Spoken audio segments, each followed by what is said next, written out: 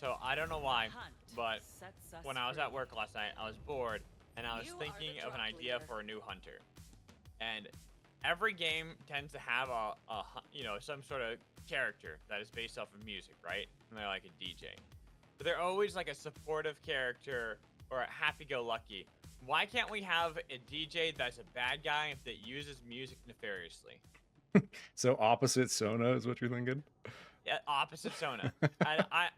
And it was like the idea I had in my mind was like, I don't know if you know like the rappers like Tara Reid or Danny Brown, but like more of like a late 80s slash early 90s inspired type of music. Nice. I do like that era. That's Yeah, my it's a very good my era of youth. music. And you use that as like, so the idea, if you know League of Legends, is Here, let me try like Magic. I'm gonna try like doing a team intro real quick just to work on my. Yeah. All right. Let's do it. All right, so kicking it off, game one of random, what is it, Wednesday? Is it Wednesday? Thursday? Thursday. Random Thursday scrims again, round two. So we're diving in. We got a couple new teams here. So VZ9 is VIPs. We got Eat All Players returning, The Last Door returning, Team Tammy Garfield returning, Fabled returning, a new team in Nutty, another new team in Inters United, and then Moonlit Battleground, Zenith, and main characters coming back into the fold here. So I'm also driving this game, and I'm going to do my very best.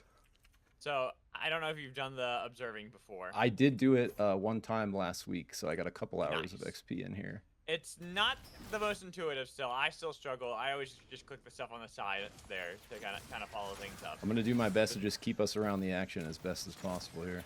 Ooh, I like this. We have a lot of teams centrally focused, especially right here on the Heart and Wraith's Throw. What's going on train I'm wondering here? like the idea here, because there is the train where we have the golds right there. The teams can easily go for that. But Last Door and Eat All Players beat each other face to face, but I think Last Door realized they were under leveled. Level 3s for EAP, so they're chasing away the Last Door from all this far. Yeah, Last Door looking like they're probably just going to back off. But they're going to get pincered here by Moonlit Battlegrounds coming up to the right. And Roper on Zenith kind of on his own here. Maybe just doing some scouting for his team, a little split off. If we look at Zenith here. Okay, Dolphy Vix did go down, so maybe looking for a res or something like that. Trying to just get some information going in. I think it's also a little bit split up, as you're kind of talking about, that so many teams drop centrally there. The Heart having two, that's where I was wondering, with the gold armors, where it was 2 onto Heart, 2 onto Train. But everyone was really in the center. And whenever you have a drop like that, it's kind of funny to watch as teams initially try to skirmish and then scatter outwards into some of the stretches, because they all are like, wait, we can't all get the farm. We need to get these levels in us if we want to be able to fight, especially like the level 4s. That way you get the Vault Hunters that everyone goes for and try to get level 5. 100%. And Zenith's walking right into TLD here. They saw Lemur getting the fire. He will get it. Oh, no, he didn't get it. So fire's still contested. Oh, no, he has it. My bad. He's got it. But they knew that the vault was being started. They could hear the safe attempted to get cracked there by the Last Door. Zenith almost stealing that away. Dude, what a bold brew right there from Spicy and Kura, just cooking right in the front of TLD. Probably not the best idea, but I like the confidence. They wanted to steal away the base camp, but Phenom is on the flank. There's a lot of damage onto Paz. That's going to force him away, but I was waiting for Phenom to go for the engage, look for somebody with a nice chain to get the knock onto Spicy Marinara. The rest of the team now realizes it's the time to pounce on a Zenith. Rofer is split apart from Dolphy, the last 2 survivors of Zenith, and they are going to take down Rofer, make sure they get one more execute, a little bit more gold, and a little bit more farm under their belt. We just saw someone go down. Oh, it's over here. Another fight happening. Main characters versus Moonlit Battlegrounds looking pretty even here. Big damage on Aiden. So Aiden having 2 subs this game in Tredsy and main characters having 2 subs in Tredsy and Aiden. And sometimes you wonder how that's going to work for teams with having a lot of subs, but when you look at who the subs are for the main characters, you're not too worried. Aiden and Tredsy, both fantastic players, as you can see right there. They even eliminate Moonlit Battleground so early on. I thought that Moonlit might have had a chance to get out. Yep, I thought they might have got away too, but sometimes like just that chase is too strong, especially with, you know, those hunters they're rocking. And a little action down here by the grind and Scavenger Bay. Looks like Nutty's coming down on the train, so I wonder where they're looking to drop off. They probably see Brown owns this fire. Oh, it looks like the fire is gone. Maybe they picked it up already. Yeah, I think they picked it up. They just packed up the base camp, just like figuring out Oh, where stuff they'd happening up rather here. go for a, yeah, a little bit of over here. Looking at, and it looks like Edo players were chased away back to the heart, so they'll res, having lost out on just the one. But Yeah. as teams are starting to push in, we really have to look at how they're fighting, because there have been these early skirmishes, but also with the Winters map, we have like the snowball right there. We have Yep. because that's the one we have. It's a snowball fight, so having all these snowball powers will make team fights incredibly wild. Yeah, and for everyone that doesn't know or hasn't played today, because it just hit this morning. Oh, here we go. Little action nut, but Inter's on the bush play. I think they're gonna get him here. Big slam. Nice slam, but it was body blocked by the shield, and they try to pull back in the oath. They do a lot of damage, and there goes Oath, but up into the air with the Eye of the Storm. And look at main characters, ready to third party this one, but it's only improving at the moment. Nice. A lot of damage on it, not as they try to get away, but Inters United did so much more to them in the first place. They were able to take another spike as only the res on the Oath did not help out. Inters United now fighting against the main characters on the other side. Second Wind trying to heal up the Jewel, but not enough over the Abyss. Oh. Trying to survive. Icy and Frosty will Huge. find it as Inters look for Mint to get the spike and knock out another team, but it might be not who get the claim, taking out the team that nearly took them down. Wow, so now we got a 3v3 situation after it was like 12 players in the mix, so half of them end up going out. One of them's the full squad. And improving there at the beginning, he's doing a little like 1v8 action in the middle of both teams, but he's Jewel, so he just sort of, you know, iframes his way out. And whoever was on the top here kind of just became the meat of that sandwich. Main characters push in over the top. Very well played by them. Yeah, poor Inters United. They thought they had this great fight against Nut. It looked good, but then when you get third party like that, that's what happens in SUPERVIVE. And Big speaking of fight. that, another team fight.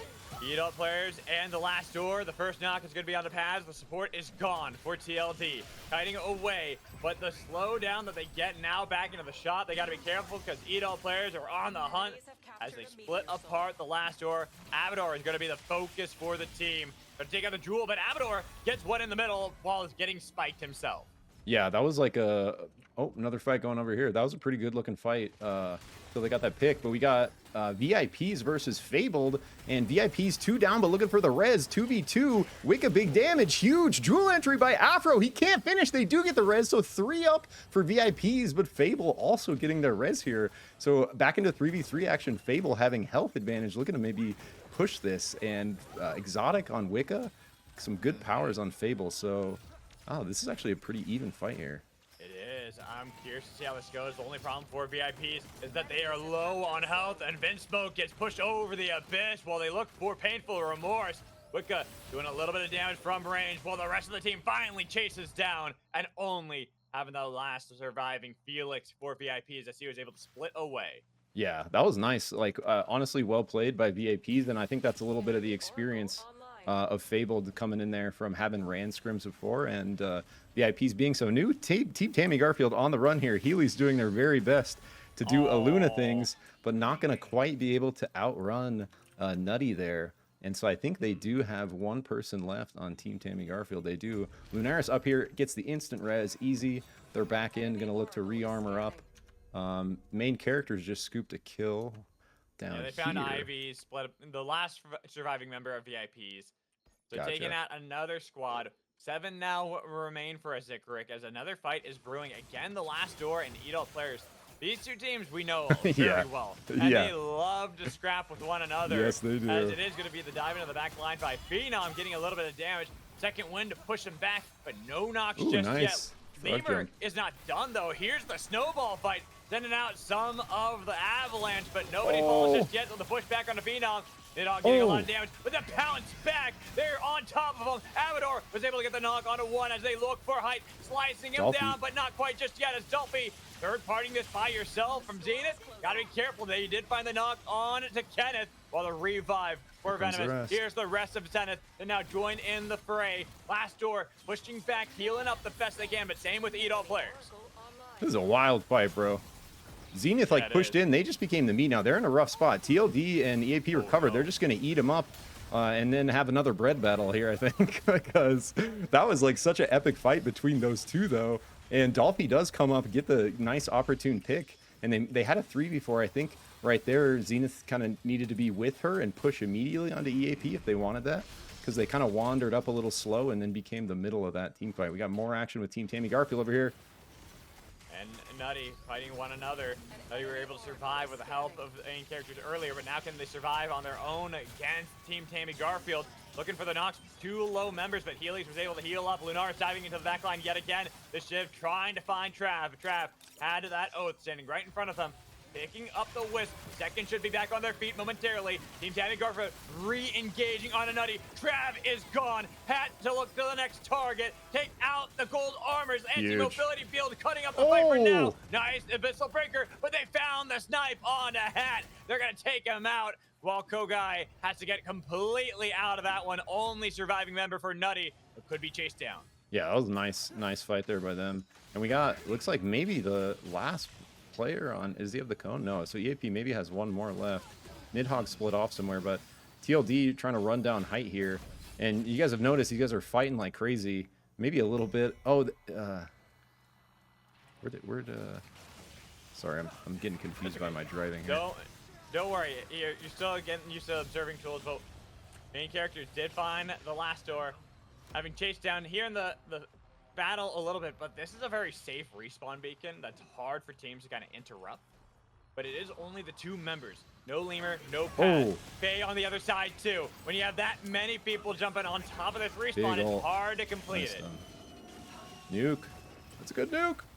It's a good nuke and takes out the respawn beacon. So now you don't have that option at all if you are the last door. Abador has been split away. Oh, they're death boxing. From Phenom. Ooh, they are oh, you're not gonna get it. Oh. I don't get it. Oh, so close, so close. Is Abador last? Yep. Abador's last. And now third party again. Ooh. And there goes the last door. Out at 6th place. With Team Tammy Garfield throwing out some snowballs on the track. That's They're looking cool. for the knock. They have split off Improving, but Improving using the Eye of the Storm to try to get away, dashing back towards the team. Where's the surge to get back to Dylan? There's a re-engage from Lunaris, was able to get a little bit of damage, but Dylan doing a lot more to scare off these members of Tammy Garfield. Dude, I love seeing the snow powers coming out. We saw an avalanche there. We've seen some snowballs getting thrown. So for those of you that haven't used the snowballs, oh, I missed this down here. So Fable takes out Eat All players. So our 2, most dominant squads as far as like normal performance here are out in game 1. And so, something to say to these other squads, definitely improving. Main characters, Team Tammy Garfield and Fabled have all, been getting quite a bit better throughout these scrims as I've been watching them. So it's really cool, to see people looking for more of those opportunities against, who they kind of know are these potentially scariest teams, and leverage some like map strategy to maybe get those fights a little more in their advantage instead of just taking like a straight up 1v1 or getting jumped by those teams who are usually the aggressors. Big ult by Lunaris here, huge. Yeah, Fuselage doing a lot to split up and get this damage on a Nutty, and look at how they've been split up in Underrot. They couldn't rejoin. Trav now getting jumped on by Afro, was looking for the surge, does find the knock onto them. Only to survive for Nutty. Able to get the revive on a Hat, but they are now pinched behind. They have the teleporter, but can they take it to get away? They are getting so low, but instead they are now getting spiked over the abyss and only have one that remains. Hat got Trav back, was able to pick up the Wisp, while Tammy Garfield fighting up against Fable, finding knock onto Wicca. Could have been traded back and forth, though, as Fable are just going to completely disengage, while main characters showing up. How many teams are going to have a part of this? They're all here, baby.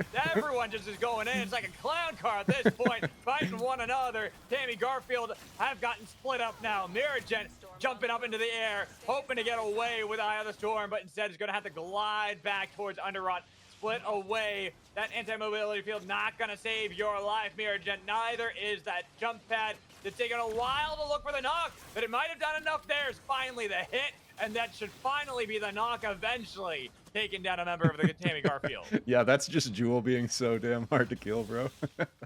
Just iframing everywhere. My personal least favorite hunter to fight in this game, I'm not gonna lie.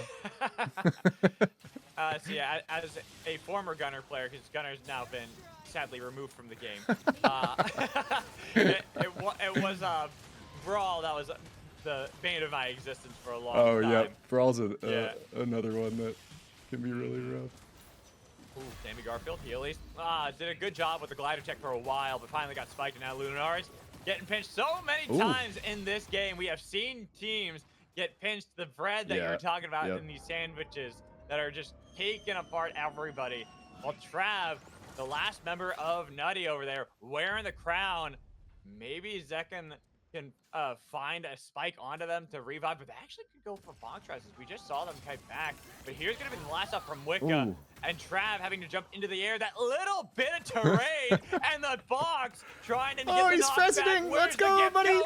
The Christmas gift. The surge away, but Dude. spike down. I appreciate the attempt. Yeah, bro. Epic use of the new powers there by Trav, trying to present his way out. You'll love to see the innovation there, but doesn't quite make it. Really noble attempt, though. Zekken in the bush here does get the boxer as a Miragent, but he is going to get caught. So Miragent might be the last player again, going to try to do crazy jewel stuff, but it's going to be a tough ask with these two squads right next by.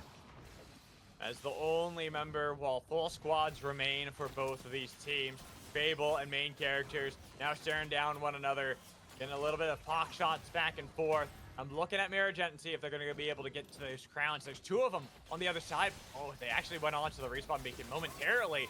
Well, a different fight. Dylan taking a lot of damage. Some snowballs have been thrown out by one squad, but not going to find the knocks onto anybody at the moment. Well, these jump pads could get them in a better position. The bungee back as they got the Vortex Charm on it improving. That's the time to strike. Dunmere tries to go in deep, but they already lost out on the knock in the back line. Zachary is gone. But now with Wicca doing so much to Treadsy, splitting up the fight, it allows Afro to find one back onto Aiden, but then gets knocked themselves 3v3, hoping to get the heal back up. But Miragent could play the distraction in the back line, tries to go for the knock on anybody, but Miragent barely gets nothing and does get knocked out themselves. Yeah, so Miragent ends up kind of saving Fabled a little bit there, buys them enough time to get off the res. And main character re-engaging on Wicked though, huge, big ults coming through. Yeah, Aiden's just out of there, so 3v4, Fable's still full, improving, about to go down 2v4. It's looking rough for main characters here. Main characters got themselves split up. Low health. That's a blast off. Treadsy hoping to get the revive on improving, but a Vortex Charm gonna scare him away. That takes the hover wings away, but Treadsy, where are you gonna go? You gotta get to a crown at best if you want to be able to survive this, while Fable are on the hunt. They're looking for you for this game. Dude, that was an epic ending. I love seeing like the improvement of these teams. And Fabled, we were talking about them last week when there was just two of them subbing in for another team, Dunmere and improving. Now they got their homies back on Fabled, and dub game one, W SUPERVIVE by Fabled. Really cool to see. I really loved how other teams were kind of taking advantage of the aggressiveness of TLD and EAP, trying to punish them for, you know, maybe overcommitting to fights, and that resulted in both those squads getting knocked out fairly early. And then that, you know, those final four teams, like really kind of spicy fights. We saw a really big dash ult by Aiden to kill the enemy Zeph in that first round, and like right there, main characters had the advantage, but Miragent came in the back with the most wanted, looking for a cheeky pick. Someone threw a storm grenade to split up the whole thing, and that basically bought Fabled enough time to fully recover, get their homies back, and then they won round two. Yeah, really well played by Fabled. It was. And that's kind of what you were talking about. We've been seeing this growth from this Fable roster, like continually get better and better each time. Before it was like you could say, oh, this one member looked really good. Like before it was really Dunmere, maybe Wicca, but everyone on Fable is really starting to look strong. Afro had some great moments there. Zachary had amazing moments too. But they really are becoming this team that you kind of have to start fearing as a possible contender for not just the top 5, or even one of these top spots. Yep, 100%, bro. And like, you know, I also really like seeing new teams kind of like stepping in here, you know, testing the waters. We saw a pretty good performance there from Nutty. They were around till what, top 4, top 5? Good job too. Yeah, they're members. If you don't know, for those out there, a lot of them are the sushi players. So Sauce that we had before, and some of these scrims, they just have a slightly different roster this time, and they went with a slightly different name. The rebrand, you love to see it. So Nutty looking to maybe make a name for themselves here, and then they had a pretty cool macro start in that game too. They did early drop like right off the bat in ice caps, and then made their way down on train, sort of just like looking for opportunities, and it worked out pretty well for them. So that's another thing I really like to see is like, you know, not necessarily going for the obvious drops on the map, like, oh, here's gold, we're going here, or like, oh, here's, you know, stacks, we're going for the XP, or let's go blue. Like, I like, you know, maybe thinking that knowing that that's what everyone else is going to do, maybe we early drop Dawn caps, farm up, you know, and try to go opportune off the train looking for fights. And like we've talked about before, Magical, that train bonfire is kind of goated. Like it's literally vision that travels across the map. It's a recall that travels across the map. It's like, it's a really powerful. I love the train Bonfire. train Yeah. Whistle. I got my train whistle. Yeah, you are a maximum train fan actually. 3 train whistles. But I doubt we're gonna see any of our fun bullet trains today, since it is the Winter Jubilee. More of these snowball fights, and it's so funny, like listening to you sometimes, Zick, because you will still mention the old names. Yeah, sorry, You know, bro. I'm ice doing my caps, very best, dude. bonfires. It's hey, no, I think it's cool. It's you got really the experience going on there. And then Super Knack was asking who won the first game. Fable took game 1. So it was a good out game, here Knack. telling me train gaming is good. Yes, Zikric definitely is with the train gaming. Yeah, Knack, All right. a true homie out there. So now let's look at this drop. Got the machine, VIPs, Inters United. 2 of our teams like dropped out a little bit early in the last game. Now squaring up. The pull, nicely Ooh. done. That was blind too. Yeah, that to was find big. the first knockout on a toy machine and chase away Inters United. Yeah, very nice start there by VIPs. So they lock in that machine drop. And that's another interesting drop. Machine's a really cool place because you can basically go insta-4, but a lot of times you don't see top teams going for that. So we see 2 of our newer teams drop there, and VIPs do end up coming out with it. Let's see here. Oh, so people probably saw on stream really quick that I have it set up where I'm watching from Discord, but Jen gave us a little bit of a good tidbit there. That this is probably one of the first times that we have a top 3 with no last door, eat all players, or destroy all players, or hogs. Oh, true. Yeah, I didn't even So realize usually Hogs one of weren't those here 3 today. teams- Yeah. Yeah. Well, yeah, Hog's not here today, but even the last door and eat all players normally get the top 3. Not this time. Yep. Yeah, like that was a really good game, and it just like goes to what we were talking about teams improving, like work on their strategy, and these guys like they're starting to learn. Right here, let's action down here before I start my monologue. Not Okay, looking for a you can recall. go for the monologue. This is the perfect time. So for everyone out there also looking at this, like this is good practice for me and Zick. Like with battle royales, like even with this fight right here, I'm gonna use this as kind of like a point to illustrate that. Because this is something I've been learning. I've been learning more of the battle royale casting style from a lot of people like Relic, and they say that for these early fights, it is okay to have monologues going, Like to during talk, the fights?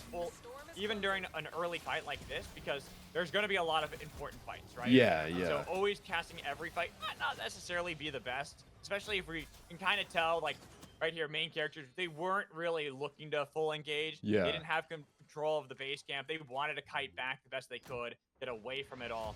This one, on the other hand, is a little bit more interesting. Eat all players versus the last door, getting 2 knocks. Even looking to see, as Abador did get back on their feet because Pass was able to get the res, that it could be a split off again, while Height body blocks so much of that attention. Having gold armor for Oath, really powerful. Yeah, and Nidhogg was split off. He comes back. They're gonna finish this pick on Paz, but PLD still has someone north. So Yeah, they Abador's got up 2. north, and Lemur's way split off. So he's already getting the train res. So TLD is gonna be back just fine. Abador you maybe say to train? look into. Oh, I thought he was gonna maybe inflict some damage before the res, but he does just end up peeling out. And EAP gets the box res. But dude, I really like the point you were just making, because I agree that like sometimes like like right now, like in the middle of a point, I feel like I maybe have to toss it to you for action, but in these early fights, if it's a good point, maybe I should keep talking. But if it's sort of no, for sure. Like I think you did a good job of that last game. That was almost what I was trying to illustrate. While in the middle of all this because it is practice for both of us. I think you did a fantastic job with even taking over some of the fights. Thank you, man. Because you were in the middle of a point and it just naturally turned. Yeah, into like that. flows into it. Yeah. That's kind of what And I so was I thought feeling you did there. a fantastic job with that, and I really wanted to highlight that. And Thank you, bro. How good you've been doing on that, and it's one of those things that I think it comes with practice, right? Right. The more we practice with this game, the more we'll understand, as well as we're understanding each other and how the other person likes to kind of handle casts. So 100%. one thing I want to talk about, actually, to bring it now back to the game itself, is we are on the patch. So my boy Hudson has been removed from the game. Everyone celebrates except Hudson mains. Sad to see that they just got absolutely cut out of the game completely, like removed, not even a part Dude, of the it dash anymore. nerf was pretty brutal. So if you guys didn't see that, basically they took him from 2 dashes on a 10-second cooldown to 1 dash on an 8-second cooldown. So 2 seconds off the cooldown reduction, but a complete charge removed. So, oh my god, I'm missing so much. Essentially a 6-second nerf. Is what it really yeah, is. a big nerf to his mobility. Ooh, this actually could be a big fight though. 3 teams, and it's Eat All players in the middle of it as they were looking for the Abyssal, but they get knocked back by the second win. Lemur getting a lot of damage on the height. That armor is being shredded by Brawl, but there's going to be the knock on the other side. The third-party situation. Fable got to be careful because now Phenom and Abador in the back line, or do they have to? Because they turn it back onto Abador and scare away Phenom. While the rest of the members of the last door were able to chase off Eat All players. Getting the knockback onto Wicca. They steal away the Abyssal. Phenom might be able to get the res onto Abador, but Fable not going to make it too easy for him. Chasing him away from the little wisp. That poor little carrot finally going to be eaten by Fable. Dude, I'm not gonna lie, that was a really good fight by TLD there, because they literally just 2v4'd here and then kind of they were 4v4 here, but it turned into a 2v4 there. So they kind of had 2 fronts they were fighting, and they make it out with 3 somehow. Huge action down here though. Nutty making the moves against main characters that like who was second place in our last game, right? They almost won if they wouldn't have got that reset by Miragen messing with them from behind. So but wait, did these? Okay, they're live. Yeah, they're live. It's also only the third storm now, so it does a bit of damage, but yeah, they got you can time. Still survive and get the reses off. As we see that main characters having lost that fight up against Nutty, and I want to highlight Nutty as this team, a newer squad. We're seeing a lot of these members now a little bit more often. They really have been coming into their own. Yep. Speaking of coming into their own, VIPs need to start doing that as well. They did get the knock on to Eat All players, but here the snowballs have been sent out by Tammy Garfield, and they've got them corralled up against the storm. With that snowing and hailing on top of them, painful remorse has to die so the rest of VIPs can try to survive. But Tammy Garfield don't want to make it too easy. They could have gotten the spike, but Healy's no fool to that one, has now cut off the retreat for Brawl. No healing will be enough to save your life. Yep, and it looks like main characters wanted vengeance, so they come and re-engage on Nutty. They have, looks like 1 down, looking for 2 and 3 here on Trav and, what is that, Kogli? Kogli or Koga? Kogli? I'm not sure. I think it's an I. Oh. All right, so Okay. 1 left in hat. Only hat remains. Aluna, kind of the story of Aluna, right? Yeah, I mean, 100%, bro. If you're looking for a hunter to reset fights, she is the one. She is the best at it. That's what she's made for, to live, bring everyone back through a res or through her passive, and reset it. So Moonlit Battleground's big on Miragen there.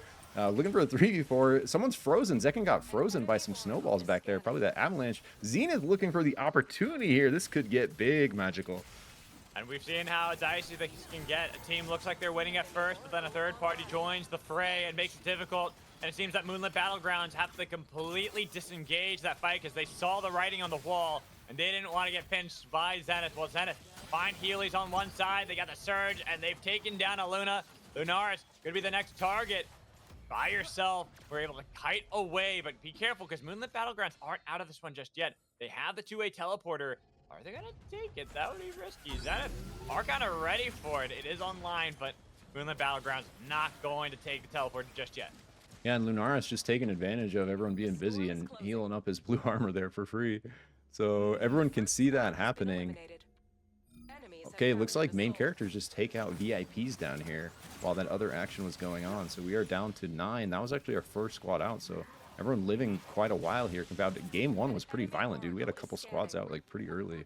We did, and for VIPs, it felt like they had a better game this time around, but still find themselves towards the bottom of the standings. Looks like main character is still looking for some of these fights down bot, but you gotta be careful. It feels like these two teams have been scrapping this entire time, fighting over the respawn beacon. Dylan might look for the knockback, but body blocked by the bright shield, not allowing main characters that entrance. Winding up the hammer, Aiden could push them back into the storm, but it doesn't seem that they have enough members and the confidence to go for that dive. Yeah, I think main characters like wanted another go at that first fight, so they come back and they've just been like fighting ever since, bro. Never given up that one, just been like, all right, we got to constantly fight over I this. feel that, Constantly dude. look I for feel control. And speaking of control and fighting, Zenith getting chased away by Moonlit Battlegrounds. Dolphy having to heal up back towards the machine. But if we look towards the machine, we actually see that there was the crown that had been worn by Fable that does get the team back up. Some snowballs have been launched by Eat-All players, but they are split up in the machine. And it's going to be that initial spike onto one, chasing them back, pushing them all the way up into the lasers. Nidhogg waiting to kite back and get towards Kenneth and Height, but being so split up, they are taking advantage of that, finding Nidhogg. Even with the dash away, there's no escape from Fable. Height going for like an immediate repair res on this beacon. Very bold. I don't think Fable's going to allow it here, so they are going to push it. Height knows it. Looking for his way out. Going to maybe take the fan push. He gets it. Gets it and was able to get a good dash away. Follow. But Fable doing the same. How far are you away? There it is. Spin dash back on to land. I'm looking at the crown. There's another crown being worn. Fable were able to do so to get their team back up. But now is another one going to work out with 4 teams right here. When the Battlegrounds, the last door, the first 2 that are going to scrap. A lot of damage onto each other, but nobody falling just yet. While Nutty hold the inside angle on these little bits of land. Nice and grab. then find the pull The dunk to confirm Pensado. Boom! Shakalaka. Easy. Nice dunk there by Nutty. You know, kind of opportuning on them stacking right there. Trying to return it, but big O shield to block the hook by Phenom. And now Moonlit Battlegrounds with just 2 up here. The last door going to look to clean up. And Nutty seemed like comfortable just kind of holding their position on that island down there. Maybe a little bush action, kind of waiting for stuff to come to them. I really like it. It's really cool to see new teams. Krillo's a guy we did see last week. I don't remember exactly what team he was on, but I remember mentioning Krillo. Sorry, who is it? I think it was Sushi still. Gotcha. Like I said, a couple of these members are former Sushi players. But hold on, we'll put that on pause because another big fight breaks out. avalanche. Tammy Garfield against Inters United. Like you said, a big avalanche had been sent out. But look at this, another third-party scenario. Inters United struggle to find these full front-to-back team fights where they don't have other people joining in. Yeah. And they've been split apart. Toy Machine trying to skate away. Only one for Inters United, while Fable holding strong, maybe looking for the chase and knock out Inters United. But actually, Inters United do have Toy Machine all the way on the other side. They will survive, while Fable still kiting back to get back onto land and look for another fight onto Tammy Garfield. Yeah, I think that's like, you know, again, towards like the experience thing. Like, that's just a little bit probably of match-in experience, especially against really competitive teams there from IU, because, you know, a lot of these teams kind of practice scouting, having someone constantly be looking around for if enemy teams are going to third party. And if they're not doing that yet, they're at like a big disadvantage. And a lot of times, like teams like Zenith, like they're constantly looking for third parties. They're good at it. That's like part of their kind of strategy, is getting these cheeky picks off these team fights. And so it's really cool to see a train battle here, though. Aiden looking for some spice, but Fable holds strong. And team, big ult up here coming in from Zenith, and a return ult from Oath. Holy. And look at Fable. They've hopped off the train. They said, this is our stop, and we're ready to scrap. We're ready to fight. They've got the Vortex Charm on a hat, but a bright shield, a body block, while Zenith, they're looking for something onto Nutty. They got to be so careful. As you talked about before, the scouting that a lot of these experienced players do. Aiden has gotten himself in a position where they know how these teams are trying to play up, and he hasn't been spotted just yet. Tammy Garfield haven't gone to the brush. Aiden is just getting away with this. Nobody has any idea the sneaky Oath is in the brush. I love it, dude. Sometimes the bush play is the best play. And I love big avalanche there, too. just gonna completely. Oh, whoa! Oh, the res really well played. So Afro just right back in it, or it was Rewinder. Sorry. So Afro rewinds. They like blow everything to try to take him out, and Fable go from like losing that fight to winning just instantly off that rewind. So really well played there by Afro. And Aiden's up here killing people. This is kind of what we were talking about. Oh, after hiding. That myth was locked there into the vault. They do get the knockout on to Zenith. Well, Moonlit Battlegrounds pushing position, almost grabbing the pull from DJ Montague, but all the while, Nutty Evan chasing down Tammy Garfield, throwing out a couple snowballs one way. Well, Edol players in the last door stared down with one another, but nobody committing fully to the fight anymore. Dude, we have so much like posturing going on here. Every team is ready to fight. Everyone's like, who's gonna go first? We want seconds. Toy Machine's still up from earlier. Teams still remaining as we're getting into our end game. Level 8s, level 9s with so many squads ready to fight. And Toy Machine is going to be the target. Look to get taken down. Where's the snipe to push him back into the storm? Doing a lot. Toy Machine holding on to that little bit of health. Was hoping to find a spike, but the Vortex Charm makes it so difficult to escape. Chilling finale over the abyss, and out of there goes Enters United. NT. That he was getting a little teamed up on there. These guys saw him here. They're like, let's get this squad out of here, make it 7, just to make sure.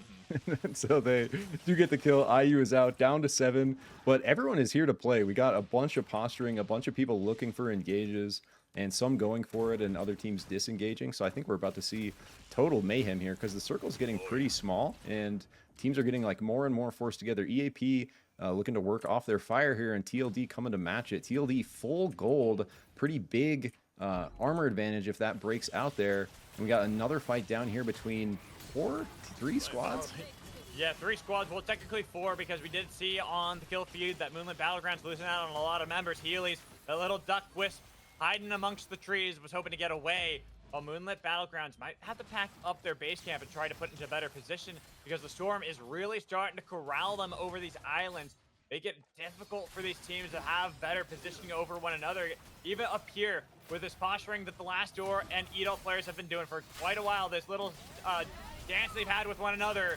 It is going to be finally the fight initiated by the Last Door, getting a lot of damage, but all of it's been healed up. As we see on the kill feed, that Moonlit Battlegrounds was taken down. They throw down the snowballs. We're hoping to find something on a Nutty, chasing them down. Vortex Charm does land, take them out. Even with the pull, Krillo, it's not enough to stop Wicca with the rest of Edol players now showing up for the fight. But you got to be careful because the main characters find the flank onto Fable, and they got a lot of damage onto Afro. He'll be healed back up with the help of the team. But if you look at the minimap, you know the Last Door are nearby. They could start to intervene and make this a lot more hairy for Fable. Find themselves pinched between so many teams, and Nutty wearing the Nutty wearing the crown, Height wearing the crown. They lost the fight up against the Last Door in the top spot, and now they've got to find a spike on somebody. Maybe on a Krillo, and it's gonna be the knock, but they don't get the kill. It was stolen away. 2 teams immediately eliminated with the Last Door posturing against Fable. Fable won in our last game here at Zikaric, but main characters of the Last Door don't want to make it too easy for them. They pushed them onto these lone islands and getting a little bit of damage while they try to kite back towards shop. This is madness, bro. So after all that, I had to peel out because there's just too many in the kill feed happening. I had to come down to the south fight. So TLD do win the fight north against Edol players. Height ends up with the crown. I swear he was so close to getting that spike there. Maybe bring everyone back, but they do end up taking it out. So down to our last 3 squads here. Fable in a rough spot on this Tylee Island's kind of like pinched between TLD and main characters. So looking to push to get out of this. Big ult coming through from Dunmere to secure that island. Main characters kind of looping around on the south now. Just kidding. Just getting some scouting. So they're gonna go be comfortable kind of holding these islands out here. TLD has the tracks, and Fable were able to push their way out of that tricky situation, but we do have a new circle position coming over here pretty soon. And that's the rough thing for both main characters and Fable, as they were able to buy some of those islands, get themselves some better positioning, but now they have to push onto the tracks, and there's that reindeer themed tracks right there. Choo-choo, all decorated nicely. But you got to start pushing up into the Last Door. We've gotten control. It's a 2-way teleporter from main characters, purely to make sure that if something happens, if something goes wrong here on the tracks up against Fable, they at least have a way to get onto mainland, onto the continent, because it's so difficult to push up against the Last Door right now. Yeah, I'd say Last Door having advantage here, especially with throwing that fire down, and so they're just going to be content to kind of hold this and Look, these other two teams, main characters and Fables, they're like, I don't think we want to let the last door just have this island, guys. like I don't know if we want to fight each other while the last door is looking off this island. And I don't know what Phenom just did something crazy with teleporting the fire. I don't know exactly what just happened there. Yeah, it looks like the base camp got teleported onto the tracks, taken away. So not having that vision control, and I think also Phenom was looking for a nice pull. Phenom is very well known for. How did he take the fire over there? Was it something with a present? I don't know. I actually looked away for that second. I looked back and he's suddenly on the tracks with the base camp. I just saw him like teleport there, but I don't see like group teleporter on their team or anything I think it was on it's on. Oh, they pulled it to themselves. I gotcha. Yep, you're right. Main character says it, so probably Dylan. Yeah. Well, that's why I thought it was on a main character, just taking that away, and it grabbed Phenom at that time too. Now Aiden pushing up. Aiden looking for it big.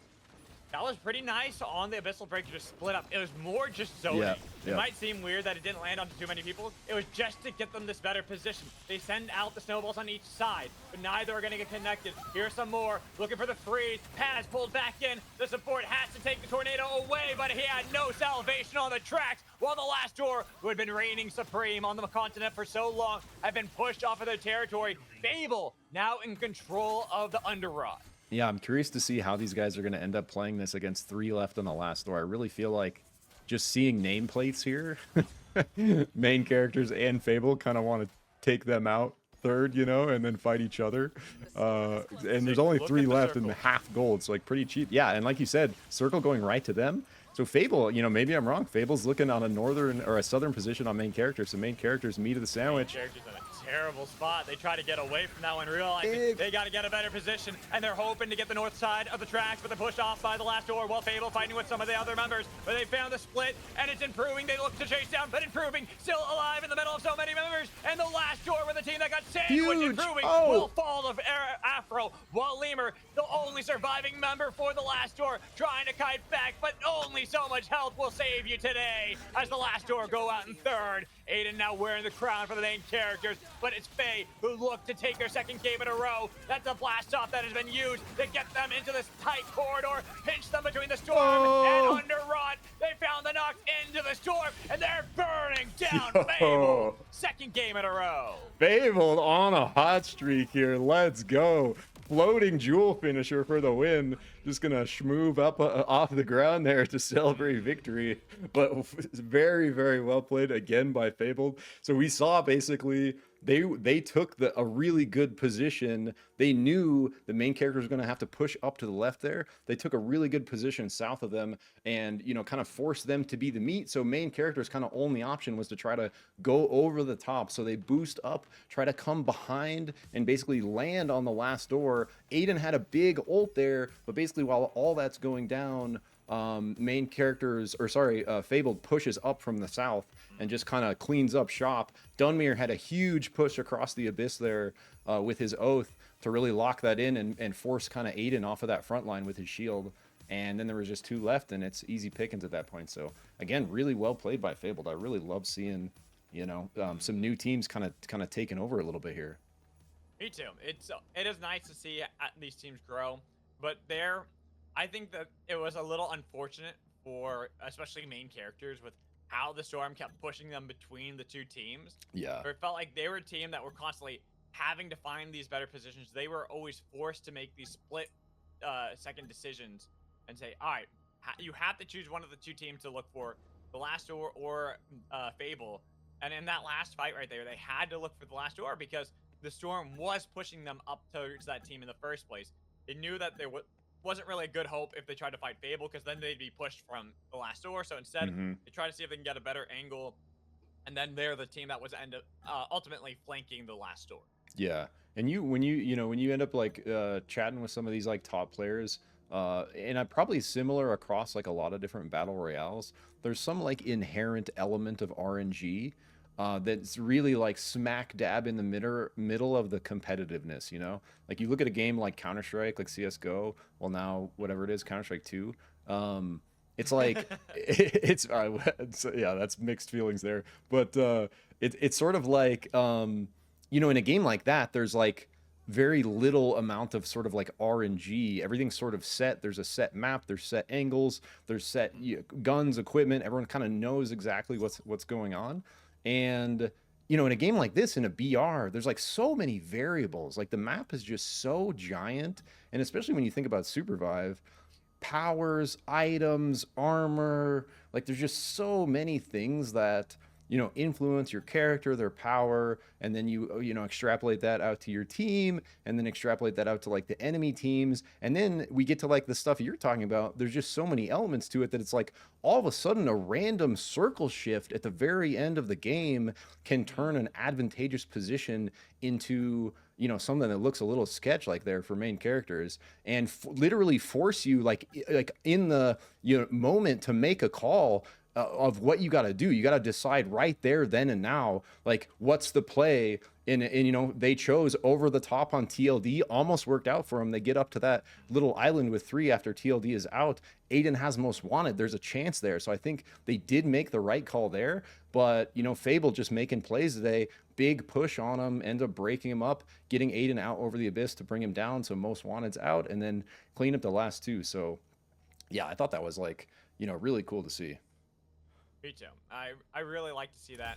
And you like to see these teams, as they are performing better up against teams like the last door. It's not like they're just kind of skating by, right? They're not just getting away with it. They are the teams that are being very proactive. They're constantly looking for these skirmishes and making sure they're the team that are the ones putting pressure onto these stronger teams that we've seen so many times before. 100%. And like we're literally seeing the value of these scrims in action, bro. It's literally the practice that's happening while these players are playing, and we're practicing shoutcasting. Like everyone's getting better, you know. It's like, and so everyone's leveling up. Every stage is leveling up. Yep. And like that's what, I don't know. I think that's, you know, one of the things that's going to make this game so cool is I do think the kind of skill cap for almost every sort of individual hunter, combined with like the team strategy, combined with like kind of the macro skill cap of the game, like understanding what's happening and all this, like it's a super deep game. And I think even though some players have had years playing, you know, there's still a lot left uncovered. And so, you know, I think like the future of competitive SUPERVIVE is going to be like absolute madness when we look at what's already happening with just a month of the game, you know, kind of being available to the public, right? And the fact that it's just the beta, right? We're just yeah, like literally just released like early access beta like a month ago, and people already doing like wild stuff. And speaking of wild, we have not the snowball fight this time around. It is going to be unlimited glider fields. And having talked to a lot of our aspiring pro players here, they're not a big fan of the unlimited glider field. I know a lot of teams kind of find it more boring. It tends to drag out the games a lot longer. Yes, you have some really funny moments where you have a lot of these teams that have like 1 or 2 members that are hovering over the abyss and hoping to get a crown off. But that's kind of ultimately why they're not a big fan of it. You just end up having a lot of stragglers from all these teams not actually fighting, not even looking for like a cheeky snipe or a cheeky spike. They're instead just holding out and over the abyss saying no one can get to us. I could see that. Definitely fair point there. I'm going to peek over here before that breaks out because I think Eat All players are on the hunt, looking for an early fight against Fabled. So our winners of the last 2 games getting contested by Eat All players here. And Wicked got full stacks, but Nidhogg is going to peel out, not going to go for that dash. So coming back north here, the level 1 is tough for Fabled. So EAP has 2 at level 2. And a lot of these characters like aren't real characters at level 1, Magical. It's like if you know, you basically can dash on a lot of them, and that's basically it at level 1. And like characters like Zeph, dude, he's literally not. I feel so bad for Kenneth right here because Zeph is not a character until level 3. He just like doesn't exist basically. Like it was all height doing all the damage there for the team. So now Kenneth is level 2, Vortex Charm. It is nice, but you're really reliant on getting that 3 for Kenneth, as he has just been struggling this whole time. But the choo-choo train, Nidhogg looks. A little bit. Yeah, I'm surprised that Nidhogg is still looking for this one. Level 4 Jewel would enable them getting this damage on Wicca. That's the surge, but not getting the passive static, the balance, and get that knock. That could have ultimately turned it around for EAP. Now that they've got the res, and now they've got the team back on their feet, they feel confident chasing down these Fable members, Wicca and Zakawi, kiting back hoping that they can get away. There's a couple of respawn beacons up north, but now Wicca getting chased down, taking a lot of damage. But low health on both sides of the members of EAP did make it a little bit more difficult for them to ultimately look for anything further. I just wanted to peek down here because we had some action happening between Moonlit Battlegrounds and Team Tammy Garfield. We got Schreikel, last one left here, so Pine looking to make some moves and get out of there. Miragent maybe not going to want to let him get away. And they do know he's the last player. For those that don't know, if you ever see this cone on someone, it looks like this, you know, little pillar of light. That means they are the final player on their squad. An excellent person to try to hunt and bring down, because that's one less team that can contest you in late game at the end of these lobbies. And so that's basically exactly what TTG is doing. They're like, we are not going to let this happen. But Pine looking for that cheeky res. Hoping to get it, Nice but stun. interrupted Oh. by Heelys. Gets a lot of damage. Almost was able to take him down. He'll just hop over the abyss. And like I said, unlimited glider fuel. But you got to be careful you're not getting spiked right now. Tries to use the glider tech. Does a good job, but you got to be so careful with how low your health is. Oh my god. And they are hunting this. Oh, he gets one. Trikel finding the snipe. Wait, can I do it? What a snipe right Oh. there from downtown. I thought I could maybe do the emotes as spectator. I can't. I was going to do You the horn. boosted? You think I'm boosted? But I love, so players like Pine, players with a lot of confidence. I have a buddy, Cheese, that I've been playing with. It's like this. Like the confidence to know that you can actually 1v4 if you do it right, if you're good enough. Oh, TTG coming down from way south here. Yeah, So they they've were just been, like- chasing that. They've been Oh. chasing this whole time. Yeah, They were yeah, hoping sorry. they could find Moonlit Battlegrounds, but Moonlit Battlegrounds got the res off. Also, hello, Shinkari, and thank you so much for the raid. So yeah, he does. So Pine does get the res there. But the point I was going to make is, like, players with that level of confidence, like you literally, in order to 1v4, you have to think you can 1v4. That's the first step, right? It's like, if you don't believe you can 1v4 in that situation, like, you know, Pine sitting on that pillar trying to res, you're never going to be able to do it. But if you think you can, then there's maybe a chance that you can. And especially, you know, if you've been working on that kind of stuff, you know, from like a micro level, like those are the opportunities where you get those completely insane plays from these top players. And it's literally, so much of it is the confidence of thinking that you can do that in the first place, you know? And speaking of looking for some of these highlight moments, EAP got pinched by so many teams, but so did VIPs. It was difficult for them to try to get out, as Fable had their retreat cut off. They're forced onto the track to try to get away, but they're pushed into the wall by Big. Dunmere, splitting up Really VIPs. big. Taking these knocks, looking for another, while Moonlit Battlegrounds might get the credit on a one. Painful remorse, feeling that pain from Fable, getting the knock, and only having the one survivor on the other side, wearing that cone, as you were talking about. Yeah, and Dunmere making plays this game, bro. He's been, I mean, he's always grinding, but he's been grinding on the oath and showing it here. Very nice plays coming out from Dunmere all 3 matches so far. Big pushes to advantage his team, but we got Zenith against Nutty here. Zenith looking like they're on the back foot, getting kind of like just pushed down by Nutty. We missed the beginning of the fight. Luna looked like they are gonna get out, and Spicy's just gonna maybe waste some of their time to the north here. But again, you know, Nutty should putting up a really good performance for being a brand new team here. Looking really good. These newer players, we were talking about this, and we've talked about this in many ways, that with newer players having less time than having played less time than some of our players that we've seen a lot of, it is impressive to see the level of growth that they've had 100%. going into Big a lot dunk. of this. Oh, but there's a reason why we also talk about our players who've been playing for a while. Yeah. Lemur just sees them right there and goes, "Oh, free dunk, cool." It's so funny when he does that, bro. It looks so easy, and then I'm in the game I on know. Brawl, and I try to do that, and somehow they're like 10 feet away already, and I miss my dunk by like a mile. I'm like, what? That's how I feel. Like I'm trying to learn, obviously, new characters since mine got removed. And Who you been working on, bro? I've been working on Kingpin. Nice, Kingpin's been the nice. one, and I've been getting better with the dunks. I've gotten a decent amount of spikes now. Hell yeah. Without even having to pull, just finding the spikes over Abyss, just like, oh, easy. Yep. But it's one of those things that you definitely have to learn the timing.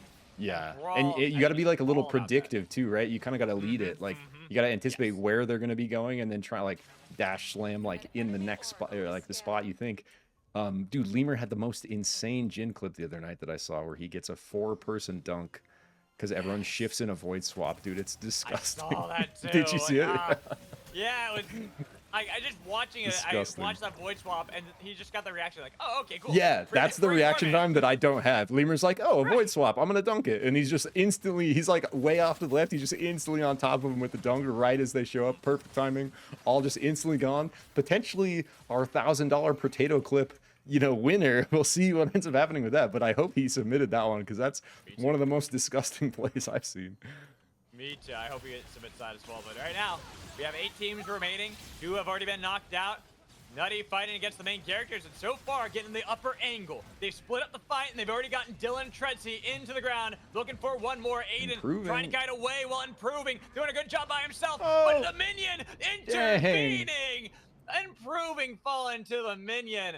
Main characters aren't out just yet. They've got one alive. An oath to try to get away has gotten that Archangels they could use to try to resurrect some of these players, but it's going to be a doozy. Yeah, when we see fights like that, like it's so funny to see teams that both have jewels because both jewels are just in the back line, like trying to 1v3. And both of them had a pretty good look there. Improving almost had the 1v2 locked in kind of in the back line once he got back there, but like you said, the creep really ruined his good time there, unfortunately. So EAP looking to come find an opportunity on Team Tammy Garfield. Big armor from Team Tammy Garfield, though, so they might just be able to live this and push back into EAP, who have literally no armor. So definitely advantage in TTG to this fight, both level 6. We got slightly better powers on EAP. If you guys notice, anytime we look at EAP in any game, they have at least one, if not multiple, exotics. These guys are professional exotics farmers, dude. They really are. Constantly have multiple exotics. A lot of times they'll get replicator and then replicate all those exotics. Sometimes you'll see all 4 players with 2 exotics. They literally have 8 of them. Like, you know, Nidhogg over there, you know, running his crazy macro strategy. Yeah. Just watching whatever crazy build he comes up with that day, you're like, okay, well, I guess this is a thing now. Yeah. I never thought of this as a thing, but now it is a thing. Ooh, was charged up. They are getting Wicca in a better position. When the battlegrounds over the ice, and they don't like this one. It's not looking so nice. They're chased back towards the storm as they have no way out of this one. Only through the storm must they go, burning, taking a lot of damage. It's not going to look too nice for them while we go up towards the top part. And again, Nutty versus main characters. Last game, these 2 teams kept butting heads, and it looks like it's going to be the same today. Yep. And we do have Pensado just holding the glider fuel like you were talking about, Magical, just wasting time trying to live here off of that storm shift. And Shrikle, Jordan, Pine, you know, really nowhere to go, kind of right in the middle of Fabled. But another big fight by Fabled, close to getting a team wipe. Just one left in Pensado there. Big spike by improving. Yeah, very nice. Just kind of sees that like, oh, yoink. And now over the fence. Hey, guess who's back? It's Aiden. Improving, saw that ground. Is like, oh, hey, thank you. I'll take that. Thank you very much. GG on that one. Oh, Aiden barely catches the ground there in the spike. So Krillo, like, setting up the ambush. Huge by Nutty. Wow. So they just take out 2. They kind of knew. Looked like Krillo knew they were going to come in right there. He was sitting there just waiting on Kingpin.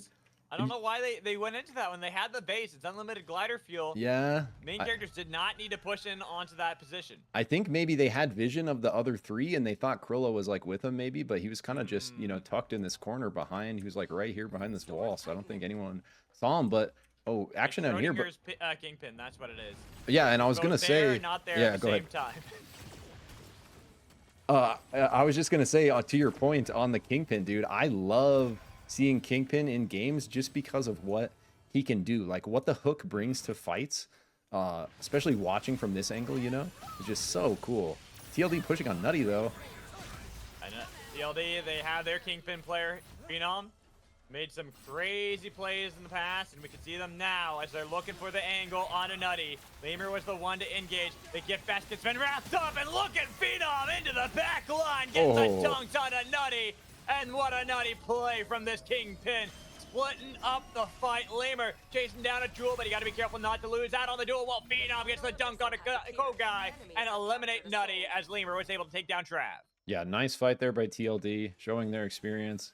Well thought by Nutty this game. Had some big plays, but they do get taken out at 8 there. And you know, it's crazy when you have these games and teams are putting up a really good fight and they get taken out, and it's like, oh, they're 8th. It's like, yeah, they're still way in the bottom half of the lobby when you look at the actual standings at the end of the game. And that's why I really like a lot of these. You know, we're doing this just for practice and for fun, but a lot of the community tournaments and more official tournaments we've been seeing have been doing the kill points. And I really like that being part of the scoring, because it really sort of encourages, you know, more than just the final placement. So, you know, even though that game, Nutty does get taken out at 8th, they would have done pretty good on points because they were finding fights, causing action. So, big ult coming in here from Zenith, trying to split it up. I'm looking at Kura. Got the double snowball fight if they want to throw that one out, but not getting a chance as it's improving, constantly chasing down to the back line. The Myth spiked over the abyss, and Zenith don't have an escape out of this one. Yeah, it should be them losing out at 7th. As Lunotherius does a good job of kiting away, but so many members looking for the hunt onto them. Trying to chase down this with a Vortex Charm, making it difficult, but they got more damage on the Lunotherius. Actually not going to be taken out at 7th because Moonlit Battlegrounds fell during this chase. It is difficult to chase a Zeph, let's be real. Yeah, that was mobile, but finally he'll get spiked, and they get 6th because of it. That was an impressive kite, though. I couldn't look away from that because Luna was just doing such a good job, like, peeling, but does eventually get caught. You're saying TLD pushing in on the middle. Chaos! Edol players were able to find a nice flank too. 3 teams scrapping at the same time, but Edol players are going to take control of the island and force away main characters and the last door. There was only one, but the dunk from Phenom takes down 2 in the back line, forcing Treadsy away from the wisp of his team. Edol players might be able to eat those wisps themselves, get the power shards, while the last door are hunting this Myth. They have to soon turn around, though. They got to be careful because right on their heels, Venomous was there with a nice bungee shot to pull back in Phenom. Phenom can't get the damage, tries to jump away, but he's spiked over the abyss. And now the engage tool is gone for the last door. They are now the ones turning heel, trying to get away, but what an abyssal breaker on the pass. Hitting the knock and looking for that second win, but was body blocked by Height and pushed into the trees. He uses the brush to try to escape. Paz still alive, but finally will fall to Venomous, and only Lemur is there. He's on the respawn, but he's chased away by Edol players, and Treadsy holding the crown. Yeah, that was like a really good sequence there by Height. He had a present entry on this bridge fight with a big shield. He had a massive ulti there. Ends up like locking in those 2 kills, so really well played. That whole time though, Treadsy got away, got the crown. This is who the last door was chasing, and Edol players came behind the last door and kind of stopped them from trying to run down Treadsy. Treadsy now looking for some glider fuel action. Myth with her rain of arrows can be quite good over the abyss, but it can be a bit challenging to pull those arrows back. If you do end up getting into a scrap with like multiple people, trying to actually hit your arrows proves to be a bit more challenging. But Treadsy looked like he's just going to be just fine here. You know, Livin, we got a bunch of action down here that I'm missing. Got the reses off, and now they're back on their feet. But pull through the bright shield. It was broken perfectly in time, but you got to be careful because Edol players were the stronger team to start it all off. That second win did not seem Lemur's life, but he does find the spike on a dead hog with Height trying to chase him down. But Paz and Lemur, they aren't very tanky, and they're already looking for the reses in the back line. See if they can get them all back on their feet. With the chains connected, but the bright shield has been put up by Height to make it hard to go for the engage. Even though Lemur does try, he's got to get healed up. But Venomous on the hunt, looking to chase down Lemur, but Lemur is back with Paz, while Faye are fighting on the other side against Tammy Garfield. Height has the engage onto them, forcing away TLD, but no members falling completely. Nice punch. They're still up on their feet. There's 15 players remaining, 5 teams still there, Zick. Yeah, we saw that little play by Wicca right there. What, RJ? Oh, so they do end up getting Treadsy. So TLD come, they lock down. So this is the experience of Paz and Lemur, right? They know kind of the macro strategy so well. They peel north, go for that crown, get it, bring their whole team back, take out main characters at the same time. So they're right back in it. We got a huge fight by TTG and Fabled here. Fabled on the back foot. Yeah, and Fable, the team that's won twice in a row. KB Garfield want to knock him out here. They're going to be the one knock on a second, though, as they get pushed over the abyss. The storm has been used by Afro trying to get into the back line, but not going to be able to get the root with the Vortex Charm. But they have the resets from the static charging up, and it's charging right back as Faye were able to find one, but back on their feet. Rarejet is still there, even with that snipe. Having one more that they got to res, but they got to be careful because Edol players are on the other side, while Faye fighting on these steps, pushing back. taking control. The push back onto Healy to split him up back into the armory. Unzekkin trying to get back with a team, but it's hard when you see the last door is on the back foot and ready to look for the engage. Zekkin was doing his best to try to disengage on the respawn, but the blast off's a little bit too late. Last door now showing up into the armory, looking for the knock, and they're going to find Mirajit initially, while Zekkin barely holding on. Finally gets knocked by Afro. Faye still fighting against Tammy Garfield, and now the last door. So many teams have entered the fray. Tammy Garfield trying to disengage and get away while Faye are still alive. But here comes the nuke to get them off of that phase and make it a lot more difficult for Faye to control the battlefield. Last door is still having Paz be the scout, but Edo players have been silently looking for the flank angle on the Fable on the other side, while Tammy Garfield are split apart completely. Only 3 survive. Yeah, that was madness right there. Like, I don't even know exactly what happened. I want to call out during this fight here, we really saw the, you know, kind of what we don't see many Alunas in competitive play. People think she's not good. They think she's easy to outplay with a backpack. TLD, see her now. And they're like, hey, free kill, it's a bunny. And we'll see if she can use those Aluna jukes to hop away. Gonna be a tough ask here, right in between Fabled and TLD. Doing pretty good with the WASD. Let's go, Heelys. Nice, Heelys really outplaying them, showing them how to juke them right there. That bunny hopping away. That was nice. Fabled now find themselves against the last door. Like you said, a very nice mechanics from Heelys to escape danger, but it's only 2 that still survive for Tammy Garfield. Oh, it's he not throws a a beacon down right on him. Oh my god. And they were able to get the box res too on the other side. So it's going to be 3 as they send down the base camp. Healy still playing on the other side, hoping to be the savior for the team. But Zekkin so close to getting that respawn. Barely was not able to. Chased off by EAP. Dude, well, so Fable close. and the last door.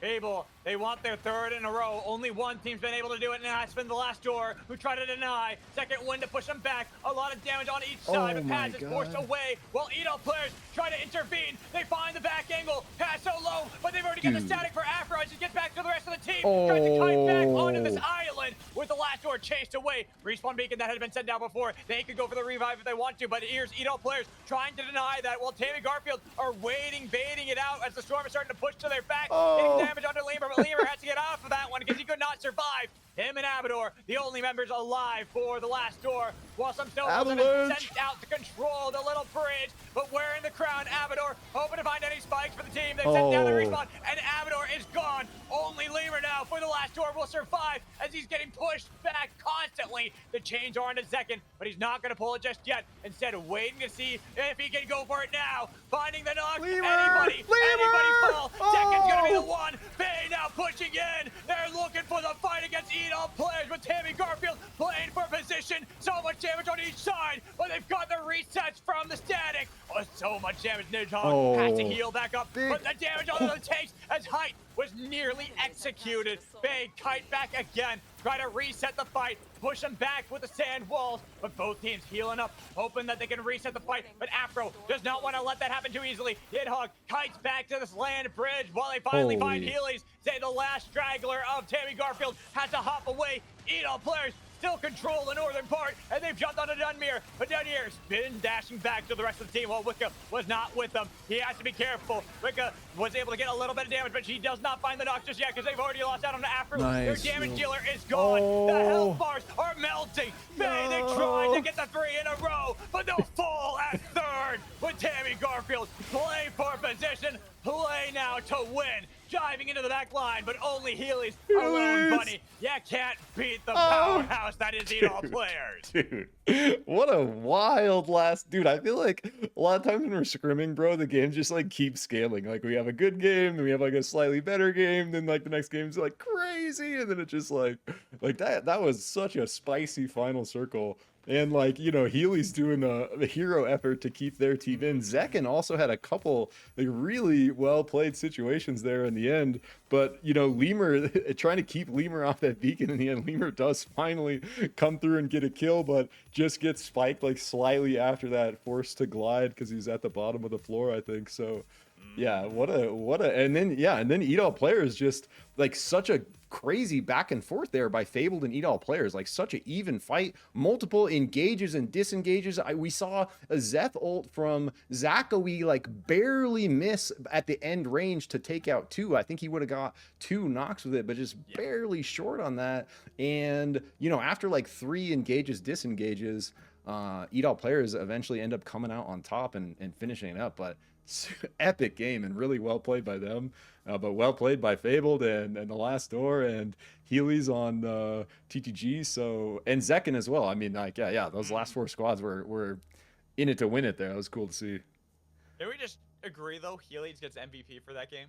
It was like, so the point I was going to make before all that action went crazy is that, you know, like a lot of these competitive players don't think Aluna is good. They'll just tell you the bunny is bad outright, especially when you consider like competitive play at this kind of like elo.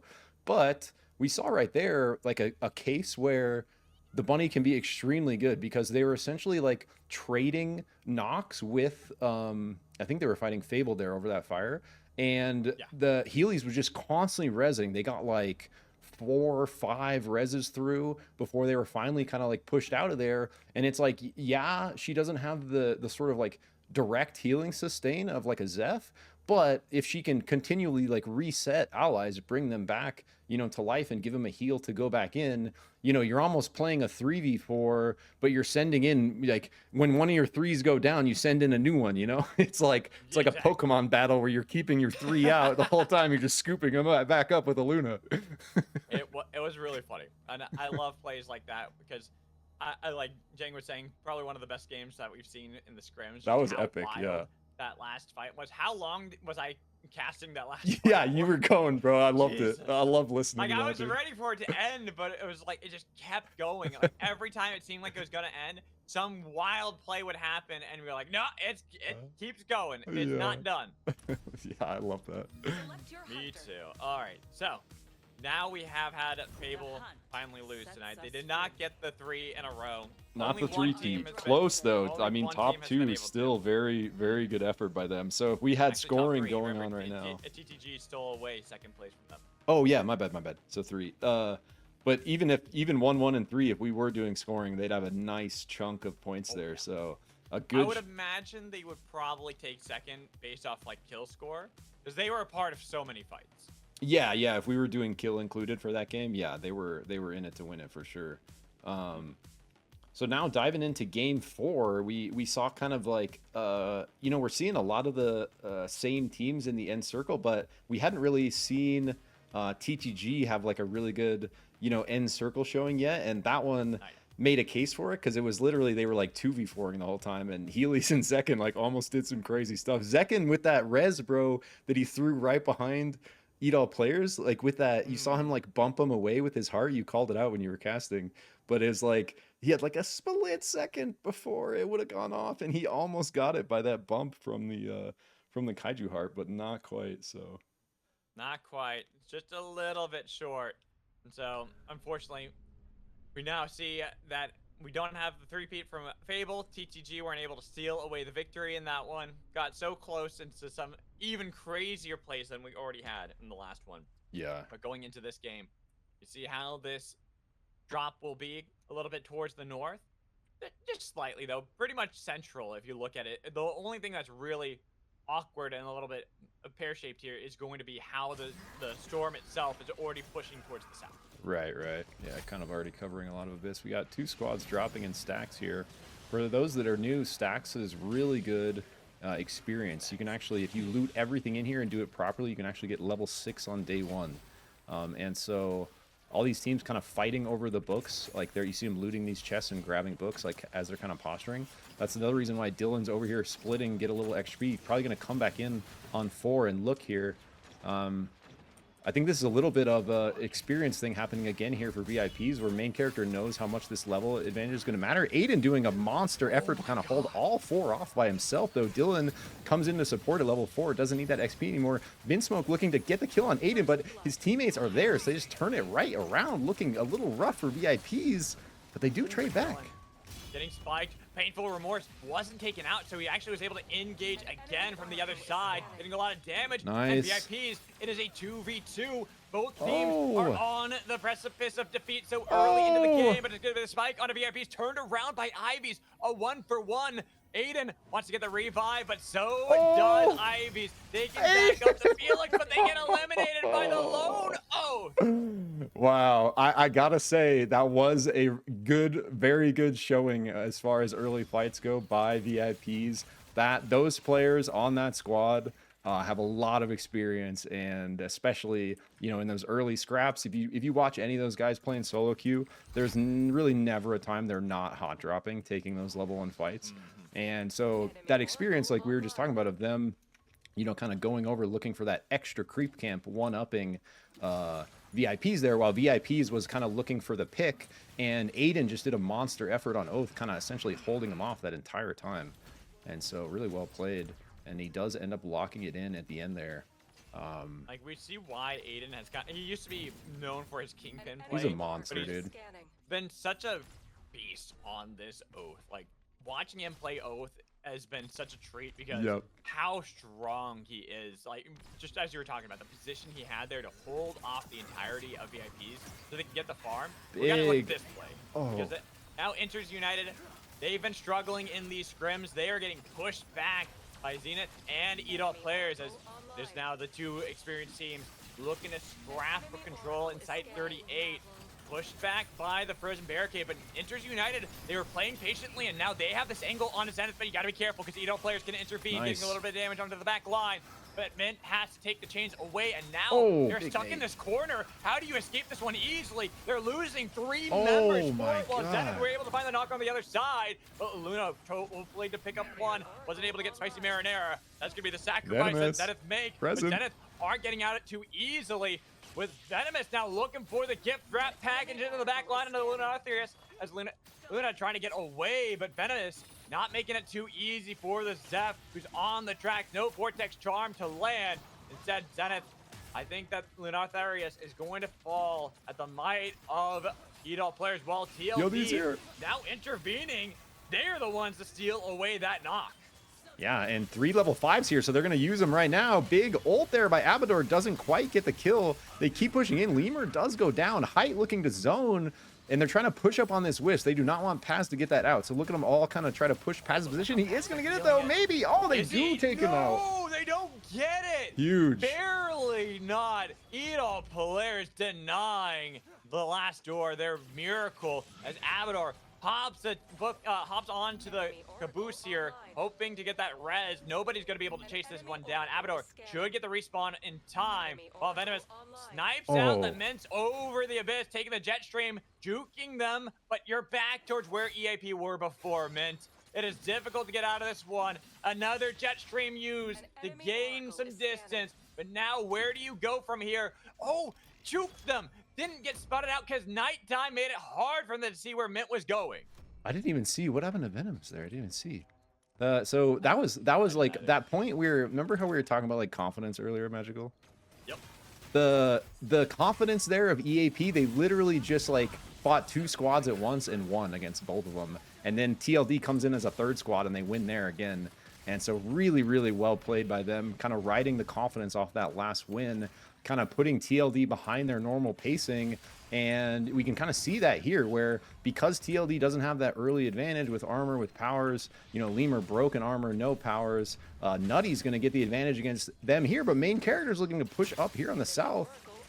They find this angle, and it's about to be daytime in Kobayashi's. Oh, the heart. So we already had the last door go into town, while Trav gets found out by the main character, taking a lot of damage from that blast off. Nobody can get away from this one. The nuke, they got off the fight, but they're in town. They got the knock right inside, not fearing that the town guards could have taken him down, while Krillio, it has gotten some safety. It is getting tipped down by Tredsy. Tredsy too, getting the knock into town, not actually getting the attention of the guards. The guards kind of look the other way for main characters. Yeah, there's this little spot right here where you can attack and not be attacked. It's a little bit in town, but the guards are like, oh, that's for enough. So that's right where Tredsy was. He puts his rain there, looking to keep finishing it off, but he's just going to phase walk out. Aiden, though, Blink Dagger with the slam.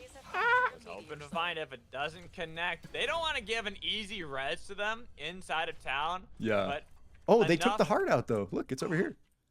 Oh! I don't know when that happened, but I saw it during the last fight. I don't know when that happened either. Oh, who stole that away? I know, had to have been Aiden, but when did that happen? We were so busy looking at the fight, we didn't see that the heart had been stolen away. Yeah, and same thing. There was another fight I missed over here between Zenith and EAP. It looks like EAP end up getting people up and just backing. So both squads with everyone up still, and it looks like they're still trying to finish off Nutty. Koji looking for just to kind of like hang out. Aiden's just his best buddy. He's just gonna pocket him. 2 seconds left. It's about to be nightfall. Gonna be difficult to get out of him up there? Yep, we see right on the kill sorry, dude. I went away. I didn't notice the timer. It's also sometimes the camera will automatically snap away. Yeah, that's what happened. Once nighttime happens, you had to imagine that was going to be what unfortunately befell poor Nutty in that situation. They didn't have a good escape. There was no heart anymore in Kobayashi's. The heart had been stolen away, and now the last door and Zenith both trying to get a better position inside of the circle. Yeah. But with the last door, the first one's there. Zenith are now struggling to find out where they can go. Yeah, and like all level 6 is going to be a pretty even fight. Shrapnel on Zenith, so they're going to be able to chunk through any sort of armor advantage that TLD has. Abador's got gold, Lemur's got blue, Phenom and Paz don't have much. And they're going over the top. Phenom looking for a slam. Oh! For the slam and finds the myth, but not enough damage just yet. Abador was a little bit late. They're getting a lot to heal up Kura throughout the whole battle. Dolphy tried to dive into the back line onto Phenom, but not able to find the knock. Kura finally fell. It took a long time. That's what the last door wanted to do to start off this fight. Spicy and Aaron trying to escape back to the rest of the team. But look at Phenom again. The slam finding this back line, the slugs that they put in. But he does get spiked by Spicy Marinara. Well it looked like a good play initially. While Lemur has been chasing the back line. Enough areas has been knocked, but Dolphy onto the respawn in Ematech. Paz trying to get them off of the beacon, not allowing an easy respawn. Dolphy hiding away. Oh, Spicy Marinara finds the knock onto Paz, trying to confirm that one, but unfortunately they're losing out on too many members. Zenith don't have good control, and Abador now trying to hunt down Spicy Marinara, the last surviving member. Shiv taking the dagger, blinking right on top of him. The chilling finale, but the land has been grabbed by Abador, grabbing some of these snowmen, invisible and waiting it out, waiting for Lemur and cutting off that retreat that could have been there for Spicy Marinara, and Zenith will be knocked out. 07 Spicy. Well played, sir. Nice try. Good couple kills there, looking for it, but not quite able to make the miracle happen and keep his team in it. And so they will go out at 8. Some posturing between Moonlit and Inters United here. United. Oh, big hook. Waiting for the pull. DJ Montague getting the dunk, but it is on the Oath. Taking a while for them finally burn down. But here comes the flight of the Firefox, but nothing didn't connect on any members of Moonlit Battleground. So poor Toy Machine now trying to get away, but DJ Montague says, "You're not getting out of this one, you slippery fox." Wants to chase this one down, and the pull back in. Saying, "No way, you're getting out of this one," but missing the slam. Doesn't matter. Has the shotgun, has the slugs, and this fox. Wait! Toy Machine! Fly to the box! Down with a spike. And Sato will make it so that it's an even 1-for-1. They get the res off, but well done to Toy Machine. Dude, I love that fly to the firebox. That's great. Yeah, that was a nice attempt at the end there to almost like turn it around. Does get one, but not able to live after that. And we got TTG posturing against Fabled. Fabled's got, this is the new exotic. It's like super avalanche. I don't know exactly how it's different, but we're probably going to see like 18 snowballs coming out of Zachary when he uses that. It's just like a giant, it's like 18 snow chonkers. Once that happens, I'm excited to watch that one. While Lemur and main characters all looking for Lemur, but Lemur will eventually get spiked. But it was by Inters United that found that one. They intervened in the battle, and they're taking a lot of damage onto these members. Tredsy trying to get back, but as Inters United were winning out the battle against the main characters, we have Moonlit Battlegrounds intervening and making it a little bit more difficult. Dylan hoping to get something in the back line. Tredsy still hanging on, but with improving on this land against the members of both Moonlit Battlegrounds and Inters United, they decide not to go for the fight. Yeah, Inter's going to get that res, looking like they're just going to pad out after that. Pensato did a huge amount of damage there coming in with the ult. He daggered backward, came in and ulted, and then before he could finish went off, his dagger pulled him back. But good entry and really punishing kind of the positioning of Inters United there, not being aware of this high ground. Pensado just coming right over the top. But they do recover, and so they're back in it. TLD, hard team to knock out, so they're still in it with 2.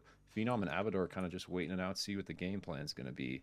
And I'm pretty sure they hear these guys, so they know they're there. We got 2 more squads in the south here. Fabled looking to be able to push up into TTG. We saw these guys posturing earlier. Eat All Players is going to find Moonlit up here, though. I was wondering if we were going to have a Kobayashi circle here, especially with the heart not being there. Oh, that's so weird, really actually. Funny. Yeah. That would have been really funny to watch, but it is going to be more up to aim attack, where there'll be a little bit more of the abyss that both teams can play. Oh, all the teams can play around. And speaking of that, when the Battlegrounds pushed back, not wanting to relent the steps of this high ground that they've gotten for themselves. Instead, looking for a little bit of damage, the bungee shot does connect. Drags back in, Tricle gets the stun, but there was enough of a wall, making sure they didn't go over. Pensado scaring off the members of EAP, but Nidhogg was not deterred. He saw the damage on Pensado, but the pull back, getting this jewel. Nidhogg trying to get away, hoping that he can get back onto the ground, will survive. Hyde healing him back up to full, and with the Abyssal already there, the Urshan scaring away Moonlit Battlegrounds on the other side. Pads did get resurrected by the last door, but main characters got eliminated by Tammy Garfield. Avalanche. And there's the true Avalanche being sent out by Faye, finding Pads, who's only just gotten back on his feet and back onto the bench. While Moonlit Battlegrounds still posturing against EAP. A snipe on Unseen Jaguar, while the Abyssal Breaker on a strike with Jordan, hoping to get the pushback in, but too much damage is there, and Pensado has to relent and give up the control of the Moonlit Battlegrounds yet again. Dude, Pensado's been having some big ultis this game. He's going to have a high damage game here. Venomous looking to answer back on the Shiv. Huge 1v1 versus Rackle Jordan. Finds it right in the middle of the fight. They kind of just let them duke it out in the middle of all 4. And the winner is going to be Eat All Players. Moonlit Battlegrounds off and trying to get back towards these respawn beacons. Yeah, if you're not ready for that burst from Shiv, she can actually do that so fast. And Venomous, literally one of the best players at doing it. Just absolutely goated on the Shiv. So just, you know, almost like insta deletes Pine there before Pine, you know, really has a chance to even get his 2 Shrike shots off. So it's like that's a tough fight for a Shrike against a skilled Shiv, but Pine would tell you he could win it every day. So he'll probably go for it next time again. And, you know, that's the confidence that makes some of these players so good. I love to see that stuff. So we got some interesting positioning happening here with the, like you were alluding to, Magical. This circle is a very interesting, like, Imhotep Kobayashi's like hybrid here. Yeah, and Inters United found themselves in a really bad spot. They were the ones in Kobayashi's, and right outside of it was Fable and the last door, waiting for any of these teams to exit and find those easy snipes onto anybody. So they just kind of skirmished themselves, fighting for control of who gains control and access to those trying to vacate Kobayashi's. Yeah, TLD with Shrapnel Soul is scary. Like, that makes such a huge difference in shredding armor, like, to actually punch through these golds on other teams, especially because they don't have the armor advantage themselves. If they can, you know, punch through some armor, get a kill on another team that has armor, grab it and repair it, then they're at a huge advantage, you know, having armor with the shrapnel. So, in my opinion, you know, Shrapnel is an extremely powerful soul, especially when you're getting into late game fights where, you know, teams do have big, you know, multiple gold armors. Miragent looking for the hook there. Doesn't quite get it. Mint looking like he wants him, though. Big engage by Oath. And they found a good engage because they weren't fully together. Second now shows up, and that's the power of the blast off a toy machine. Ground up to bits, all eliminated by Tammy Garfield. Yeah, massive ultis there by TTG to just turn that completely around. And again, I think we saw a little bit of an experience thing. Well played by them, though, making it pretty deep. I've literally seen none of those players' names before. And so the only one did that snowball just block the hook? Is that a thing? I didn't know that was a thing. I feel like it looked like it might have blocked it. It kind of looked like that on my screen as well. Maybe it was some like new tech? Perfect. Yeah, maybe it's new tech. But speaking of old tech, teams fighting with the chonker cannon inside of the armory. No need for snowballs when you get the big old cat getting thrown out. And Moonlit Battlegrounds now fighting against the last door, getting a lot of damage onto them initially. Avador taking a beating as they already lost Phenom. Phenom no longer there for the team. Can't get the engage. It's last door. Relent control to Moonlit Battlegrounds as Faye. We're on the other side, and the pull from DJ Montague landing onto Abador, while Abador almost was able to skate away. Oh no. Ground has been picked up by Lemur. Him and Paz have to pull off a miracle for the team, while Moonlit Battlegrounds getting pushed back by Edol players. Look at Nidhogg's positioning. Yep. He wants that flank, sending out some of the snowballs, making it difficult for the last door to get into better positioning, but they're just going to fail. They don't even want to deal with this one, but they don't realize that Tammy Garfield were on the other side already, putting up some jump pads. The chains have been connected. No dunk to find the team back up on their feet. Instead, Lemur leaving Paz saying, good luck, my friend. It's all you. You got to fight them by yourself. Yeah, Lemur's going to look to do some hero brawl stuff with Crown here. And, you know, Brawl, one of these characters that's just super strong over Abyss. Like, one of the only people that can contest him really is Jhin. There's no Jhins in this game. Oh, group teleport by one of the battlegrounds, just right, like, you know, teleport out of the meat, as it were. Yeah, they want to be the bread. So EAP Exactly. looking to maybe be in the middle here, but they are also going to peel north. So we got 4 pieces of bread with an empty sandwich here, just some storm in the middle. I was just about to say, this is looking like one of those double-decker sandwiches where you got the bread in the middle. Yeah. Bread, meat, There's bread, literally meat, bread. now a void in the middle, bro. As the only meat there was the last door, getting eliminated at 5th place, and that's that super avalanche sent down, freezing him down with the abyssal breaker, looking to break down the door of EAP, but they couldn't get enough damage. Height did such a great job to body block all of that for EAP. Yeah. Faye, even though it looked so nice at first.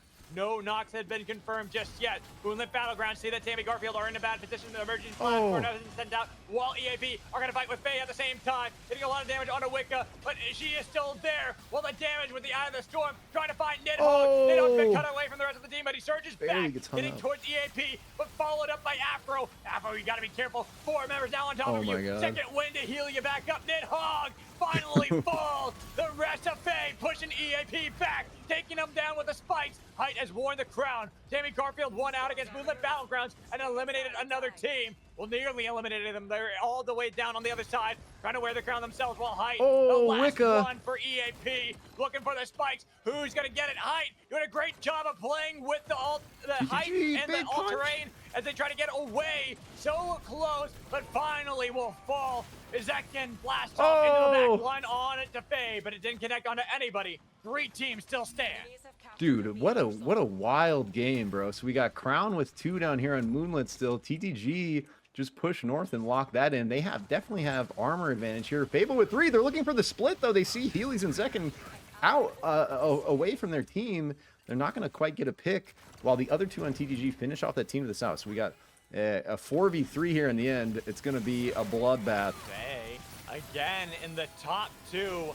They want their 3rd match won, but a 3v4 with the Avalanche sent out does a lot to help them out, but they've got to get the dunks. They've got to get a little bit more. The punt back, Zachary unable to resurrect the team, and now it's Afro against the world, and Virgin says not today. Wow, dude, another just epic endgame there.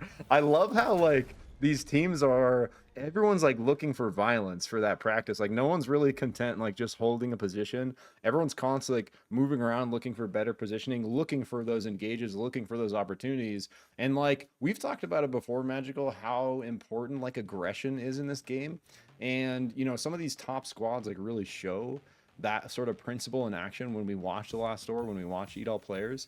And like these other teams, like they also like they know that intuitively as players. They've been playing the game, a lot of them like just as long, and they're sort of like figuring out as a team like how can we also be aggressive in our own way, not only find opportunities but also create opportunities, you know, by looking for, you know, big openings in teams' armor, as it were, like as they're, you know, being engaged with other teams and having other fights. And so another really good performance by Fable, but Team Tammy Garfield, baby, like those were our last 2, Zekin and Healy's last game, having like a miracle run at the end, didn't quite pull it out, but they, you know, like again, the confidence thing, bro. It's like they got a little bit of that confidence, like, dude, we can win this, we can win these boys. And they get out there and get the W SUPERVIVE, and really like nice kind of strategic way to close that out. They split 2 south. They got a 2v2 south, win that to eliminate Crown. Now the other 2 survive north on the engage coming over from Fabled, and then they regroup, have a clean 4v3, good fight, and close it out. Well played, Team Tammy Garfield. And I know you are newer to a lot of the more competitive side, but Tammy Garfield did go by Tim Garfield back in the past. Okay. And this is a team that I don't know what it is about them, but they struggle in the first few games almost every time, and then they make these crazy plays in the later ones. They're scalers. They are but scalers in the best way, because they're not simple like, oh, we just are outperforming, like oh, we farmed up, we're doing good.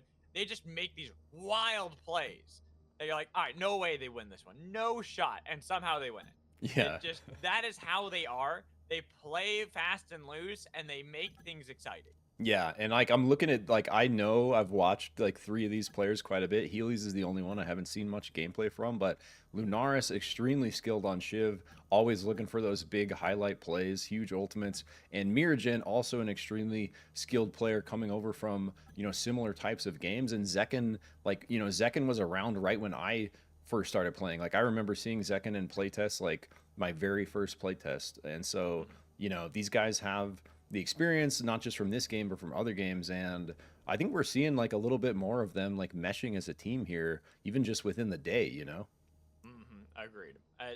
It's nice to see. And you want to see, I think the big thing that is going to tell us how good SUPERVIVE will do as a competitive scene is how many of these teams do go, they got great players, they got great players. Because you do have to have 40 players in a game.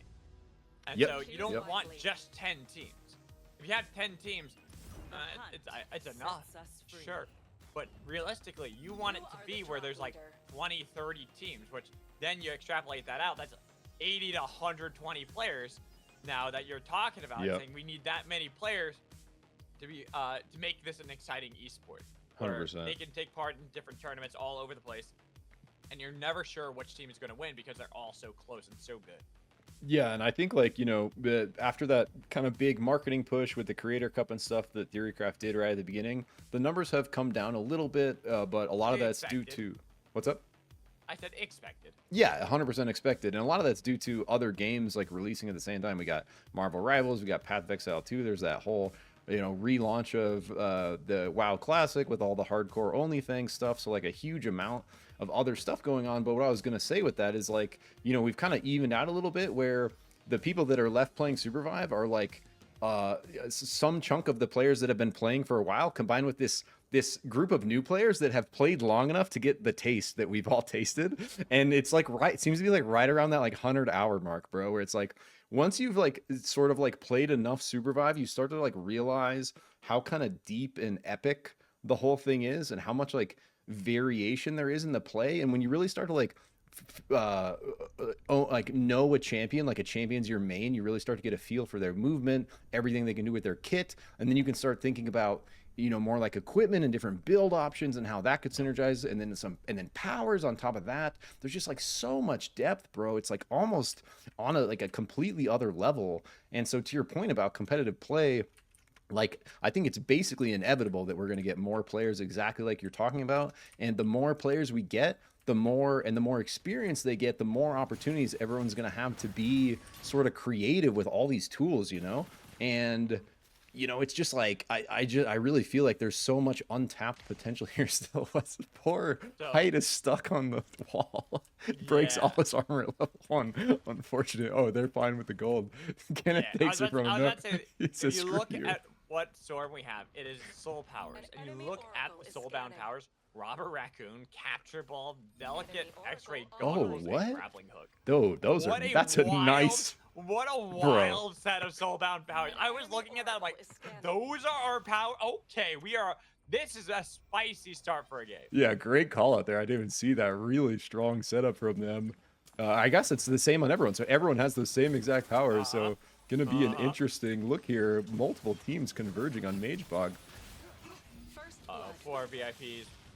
Now, this is a team that we're kind of talking about newer to the scene. Players that we haven't really seen much of. I think like VIPs is one of them.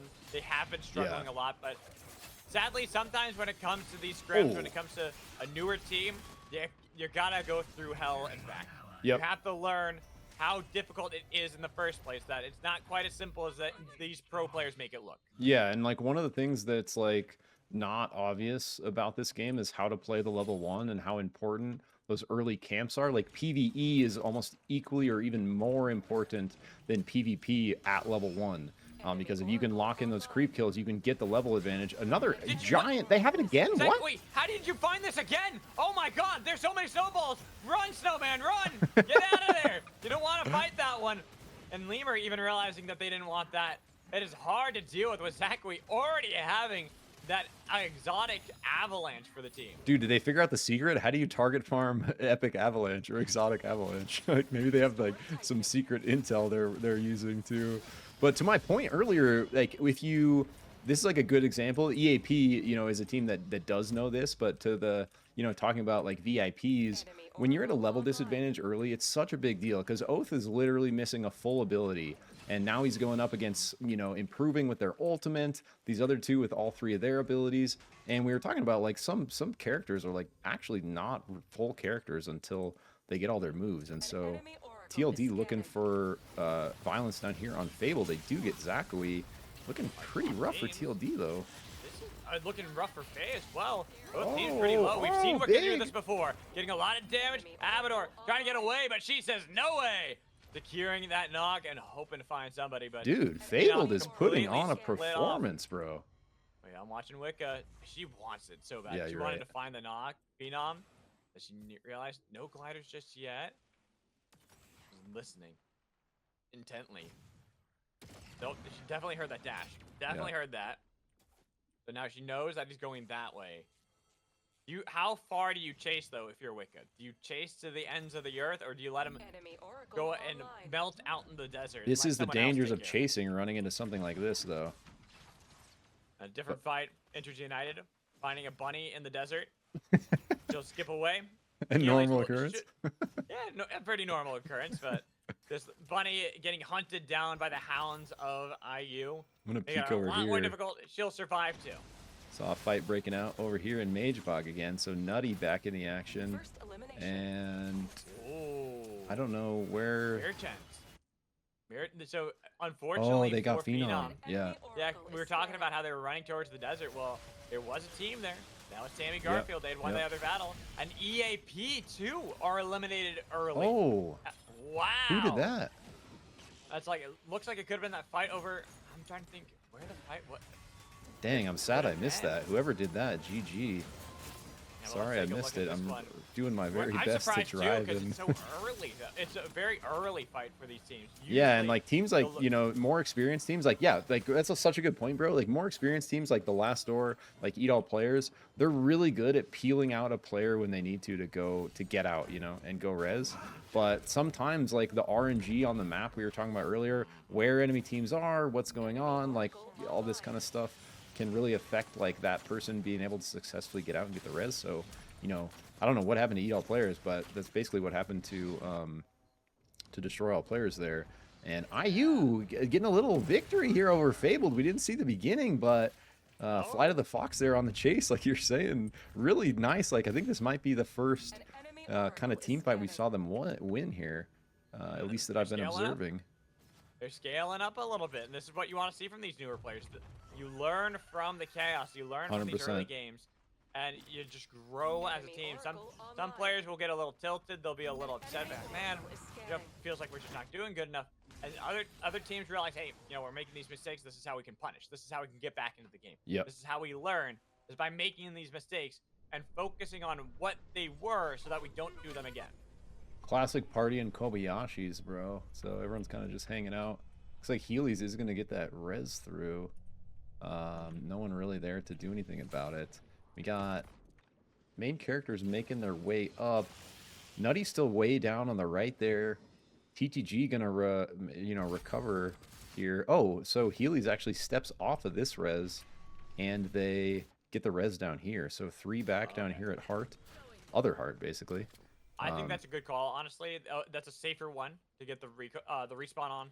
You can now push back towards town, especially when you look at 30 seconds until nighttime. Really difficult to get out of there. You know, teams are all holding out. They're waiting for these teams to escape. Kobayashi is something that is difficult to get out of. And with these Meteor Souls that are started up, moving the Battlegrounds or onto the Armor Soul, we see that the Damage Soul is on the other side.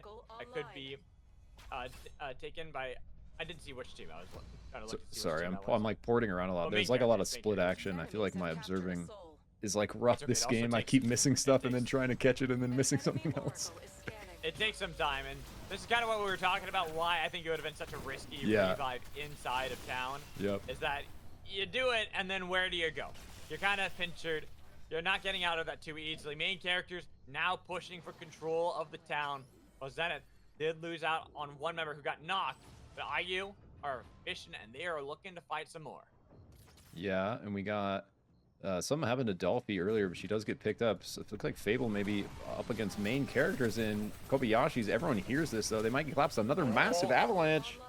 Huge snowballs, but it doesn't collide with anybody, so no snowmen are going to be made, but there's a lot of damage on the other side with Dylan getting rooted in place.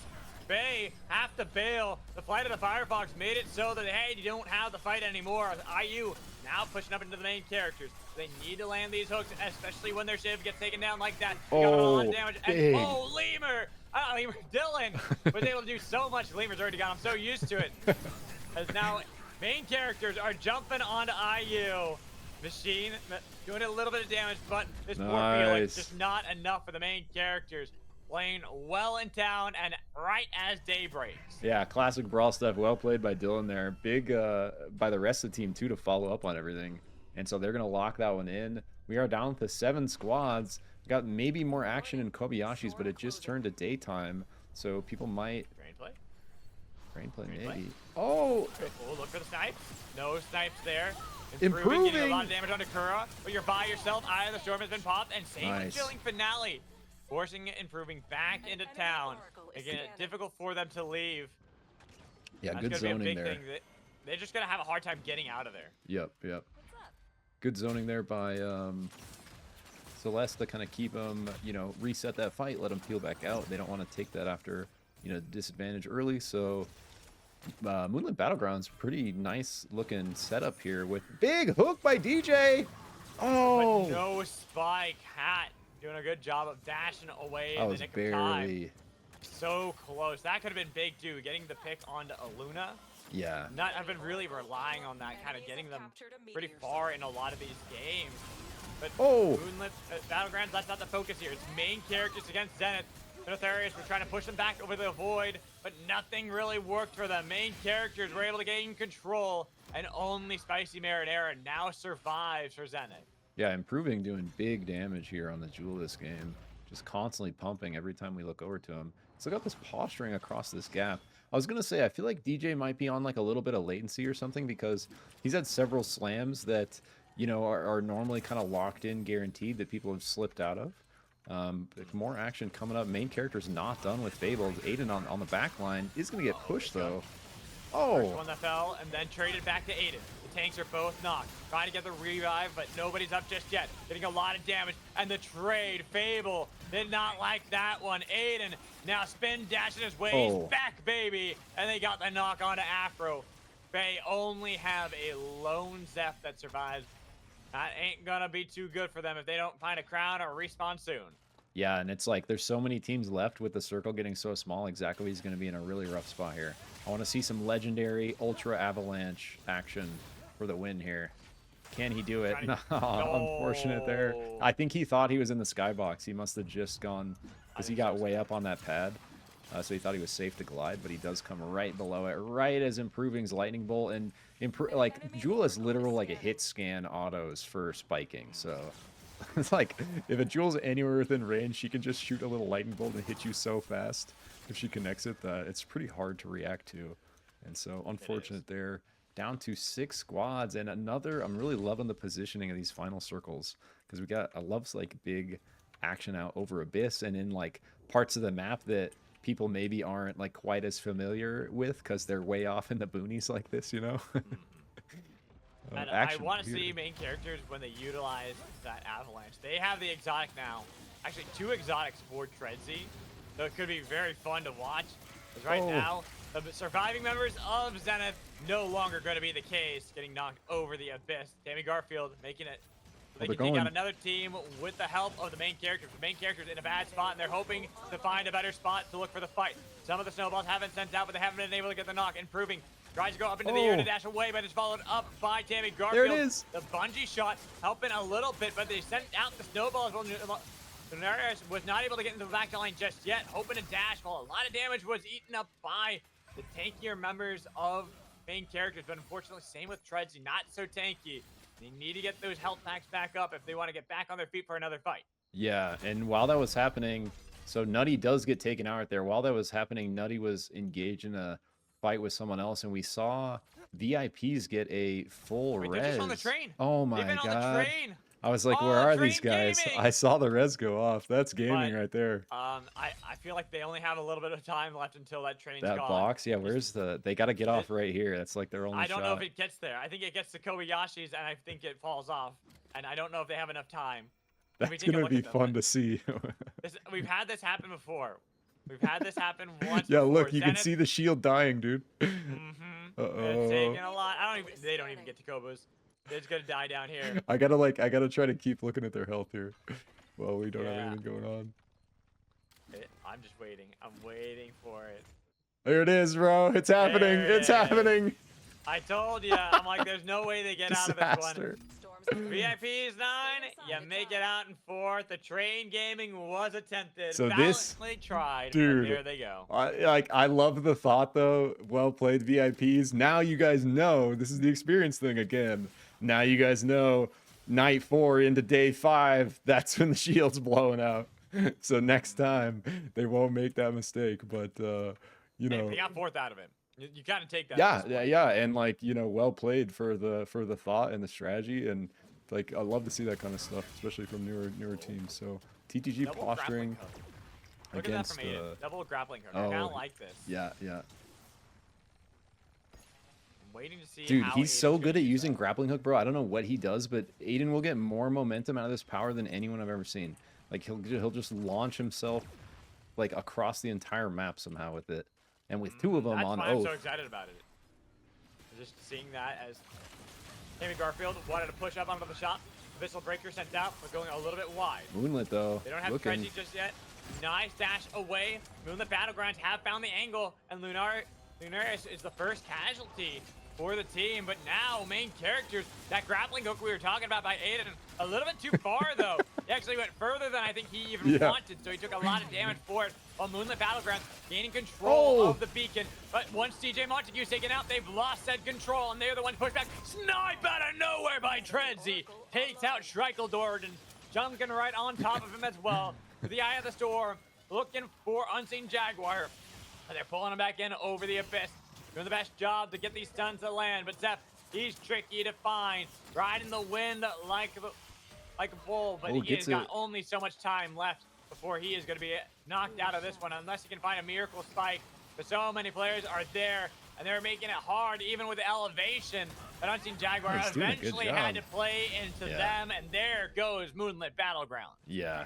So TTG now, just with 2 left, they're working their own crown angle down here. Still a minute left, so it's down to Zekin and Healy's again, our 2 heroes from the game before the last one. And Zekin looking to play crown, Healy splitting off to the north. This is a great way to play this strategically. Main character is going to go for this crown. Healy's is going to try to time the res right as Zekin is going down. Or she's just going to, or they're just going to do it right now. Sending out all the snowballs, was hoping to find the avalanche to split it up. You have ult, there it is, blast off. To gain better position, but the hunt is there. Oh, they're looking back. for the prey, but they've got the res. They didn't even need the crown. The distraction worked out, but now you've got to save your Bishop, but Bishop has been spiked. 3v4. So much had been attempted by Zekin, but unfortunately, with so much attention to the team not getting together and fast enough, did mean there was a spike, and it's a 3v4. Yeah, that was like a really good sort of like idea they had cooking there. And I think honestly, if Zekin just like sort of baits that fight even further south into the left, huge blink. Whoa! What a blink right over the abyssal grab. And you're not getting anything, Mirror Jet. We are getting victory this Lunaris, time. though. They take out the Kingpin, but Lunaris Still has a lot of damage that they can do. Wants to get the knock onto one, but where are you gonna go? Blinks away. Trying to get back towards healing. They're healing up. Dylan's gone. It's 2v2, but they could get the resurrection. But look at Lunaris, not trying to make it too easy. Improving back on top of him, but which wins? The pull's there. They got the resurrection on a Mirror Jet, but there's gonna be the resurrection on a Dylan as well. Back, they picked up the Wisp, and they didn't get Dylan in time. DTG might have just stolen this away from main characters. They did it off the back of Healy's once more, and improving over the abyss. The dunk's up there with him, improving. Oh my God, what a god! No. Yeah. Dude. I just lost my headphones, bro. DTG clutching, but improving. That dude was wild. That was actually wild, bro. What a crazy back and forth. Huge plays on both sides. Lunaris doing a massive amount of work in the beginning and then improving, just completely kind of like reversing everything over the abyss at the end there. Oh my God. That was I like you thought that was over in the other direction. Well, I thought it was over the other direction at first for main characters, then Tammy Garfield, then main characters, then Tammy Garfield, then main characters. Yeah. It just kept going back and forth. It's like, which team wins this one? Holy, bro, what a game. I'm just gonna say, you better bet that is the content I'm pushing tomorrow. Dude, that was so epic, bro. That's gonna be the short for tomorrow. Hell yeah, that is a gold one, bro. Holy. Dude, you definitely should start posting like shorts of your like hype cast, like in the middle of the. Have you? Yeah, I've been doing it once a day. Nice, dude. Know. Should I do more than once? No, I think one. No, I think. I mean, especially it depends on how much you got going on. You could, but I think one a day is like perfect for the algorithm. That's honestly, what I was thinking too. I was thinking one a day as well. I've been trying to do that, either a video or a short a day, and even that's like really hard. I have these ideas for these videos that I want to do. I just need time. But that's the harder part. But I think building up a library of your casting shorts, bro, like in hype moments like that where you're doing the play-by-play. I love that. Like, I think you could build like a really epic library out over time, you know? Yeah, I have a lot of footage to go through. So that is the nice thing with the scrims, is that I can get a lot of extra footage for it and use a lot of that for the videos. Yeah. Like, I have the one Wicca play where she like absolute beast moded a team fight as Ghost. I posted the other day. The only thing is that I knew this was gonna happen with switching from League of Legends to SUPERVIVE. Obviously, the views have gone down because of it. Because when I was doing League of Legends, that's already a game most people want to seek out. Yeah. And now it's like switching over to a new game, but the views are slowly starting to climb up each time, which is making me happy. Yeah, and it's like the difference is because I have a good amount of experience trying to grow different YouTube channels. I'm on, you know, like my 4th or 5th at this point, and like I have a couple still going. So I've like learned a lot about that kind of algorithm and like how stuff works. But yeah, I think like basically when a genre has a big audience already, you're basically competing against everyone. Like, not only if anything has a big audience, it also has a big creator audience as well, right? So it's like, not only are there a lot of people seeking the content, there's also a lot of people making the content. And if a lot of time has passed, like with a game like League of Legends, like especially the way the YouTube algorithm works, like certain creators can sort of lock themselves in towards the top of the search based on, you know, sometimes nothing more than, you know, previous, like when they started and how much they've done in the past, and kind of building that history out. And so, but then when you look at a game like SUPERVIVE, it's so cool because it's like we're creating views from scratch, like alongside Theorycraft, like creating new players from scratch and trying to get people into the game. Like we're kind of trying to mirror that a little bit through the content creation, like trying to get new eyes on the game. And that's what I've been having so much fun with, is like, especially posting this casting stuff with these players and you, man. Like, I love like just the idea of putting more competitive SUPERVIVE out on the internet to the world for them to possibly witness. And if they do, maybe that's enough to get them to go, hey, that looks kind of fun. I just had like a comment from the other day where it's just like, what is this game I need to play? Yeah, like that. Yeah, like that. I'm like, yes. Hey, click the link, bro. It's my referral. Click it. Oh shit, that's what I need to start doing. Put my referral code. Dude, if you don't have one, hit up Rated for the. You can get a custom link to the one. Steam page. Okay. I already have a. Yeah, I didn't know if you got an updated one when they did that. Yeah. Also, Jang was saying that games 2 and 3 endings are too good and have to post. He said game 2 especially, the last 5 minutes were so good, especially with your non-stop cast. Yeah, dude, yeah. They just kept fighting. I was like, now certainly it's over, right? certainly now they stop.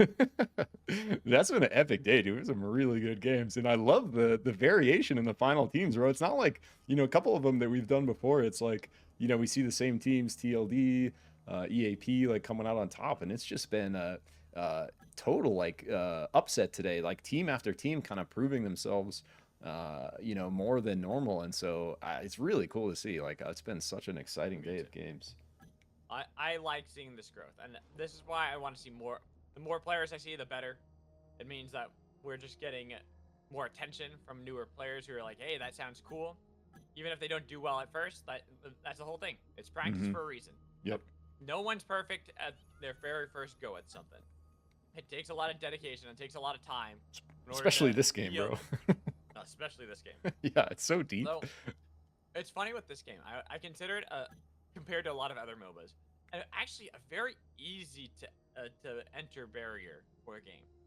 A lot of like the initial stuff is very straightforward. It's the micro and like the really nitty gritty things in the game. Yeah. The different like interactions. Yep. That then start getting more complicated. Yeah, like if how you. do you interact with this character? What do you do with this character in this situation? It's like those are where things get more complicated. Just being able to like play a regular BR, it's pretty simple. Yeah, like I 100% agree. And like if you like a good example is if you like go watch like the in-game tutorial for this game, you know, you go through it and you're like, okay, I think I kind of understand what's going on and how to play. Yeah. And then you drop in and all of a sudden there's like 18 more things happening and you're like, wait, what? like the more you play like an onion, bro, the more layers you sort of uncover. SUPERVIVE is an onion, and the middle is so good that we never leave. Like your first few games are going to be easier too because you're usually up against players around the similar skill level. But then like as you keep playing and then you're getting paired up against people who have many hours, that's when you go, oh, there's a lot to this game. Yeah, which I think is rewarding personally. I like games like that. That's what made League good in the first place. It was a game that anyone could start playing, but not everyone could master.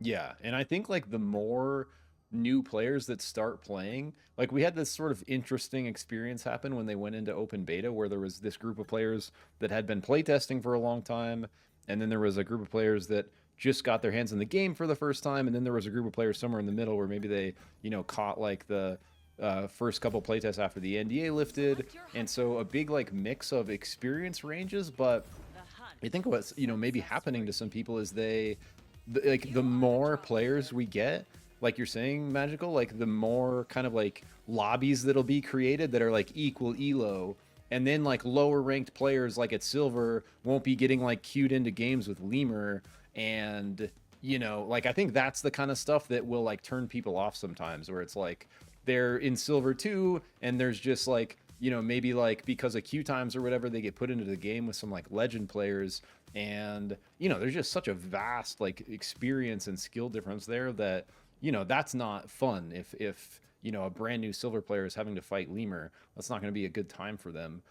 So the more players that start playing, the more people that get interested in it, like the more lobbies we're going to have, you know? So the more lobbies will have at lower elos. Like if we have hundreds and, you know, thousands and thousands of new players, all those players are going to be fighting each other in the lower lobbies. And that's what we need for them to, they need to crest that, you know, 20-hour mark and be like, okay, I see it. And then fight each other till they get to 100 hours. And then they're all in like the rest of us, right? It's like once you kind of cross that threshold and realize what's here, you're like, this might be the best game there is and ever was.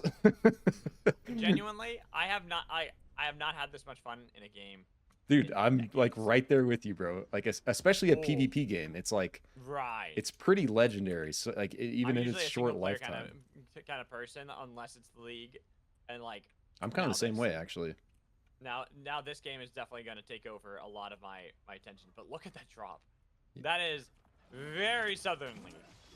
Dude, so much coming down. I was like covered in smoke from the drop pads there. Drop pods. I saw it too. That was interesting. I hadn't seen that before, but neither has this been seen. Oh, yes, it has. Level 1 fight. Unfortunately, main characters taking the early lead. Dylan will be back on his feet, but Zelgorn, not going to be the case. VIP's 9 are scattered. They're trying to get away. Painful remorse. Was hoping to be sneaky about that. Same with Ivy's, but spotted out over the abyss and no terrain to go. VIP's 9 going to be eliminated out first at 10. Yep, so I think this is going to be our last game. So VIPs are looking like they're going to be out for the day, but you know, this is part of the learning experience. Brand new team. Hopefully they're taking notes, and that was like another prime example of the level 1 right there, bro. We saw main characters instant 2. Everyone on VIPs still won, and it's literally just because they don't know. And you know, if they pay attention to what has happened across these scrims, they're gonna figure out like, hey, we're messing up our level 1. Like, why are we always behind on levels? Like, so you know, that's the kind of stuff, like this experience, that's really gonna make these squads improve. So you know, VIPs like noble showing for it being their first look, and hopefully, you know, we'll see them back and be able to leverage that experience, you know, to do better. Speaking of leveraging some experience, we have 2 experienced rosters down here, Moonland Battlegrounds and Zenith Dolphy. Split away from the rest of the team, but DJ Montague was hoping to collect some of the gold of Cold King's Keep. Might want to turn to help out Pensado against Dolphy. It is only level 3.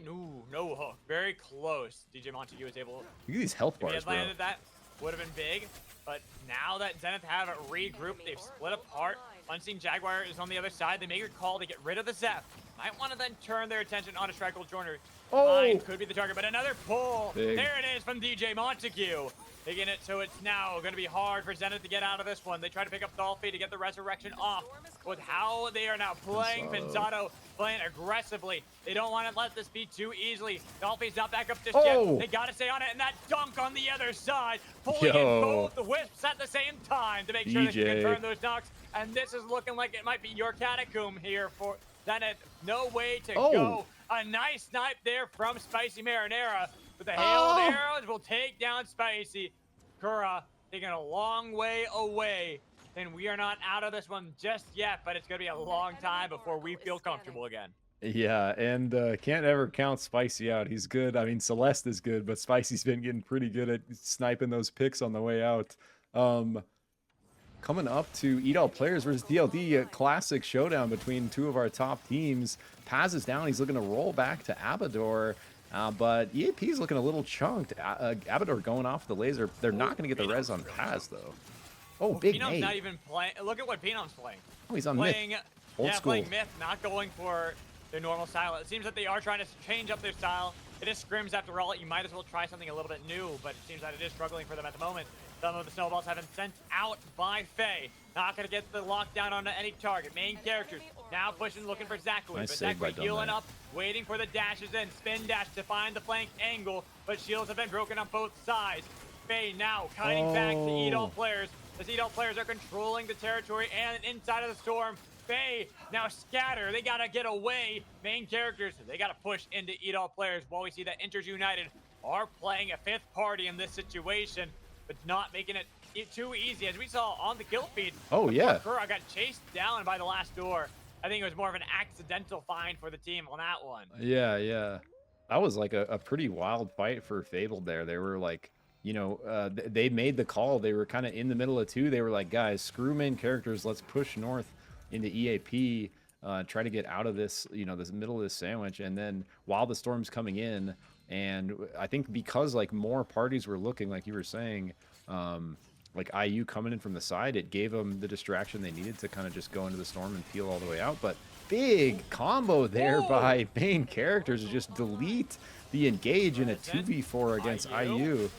They were too late, though. They took the present way too late to back up the rest of the team, and now they are the ones that are gift wrapping up nice for main characters to pick off and try to eliminate as Toy Machine runs away.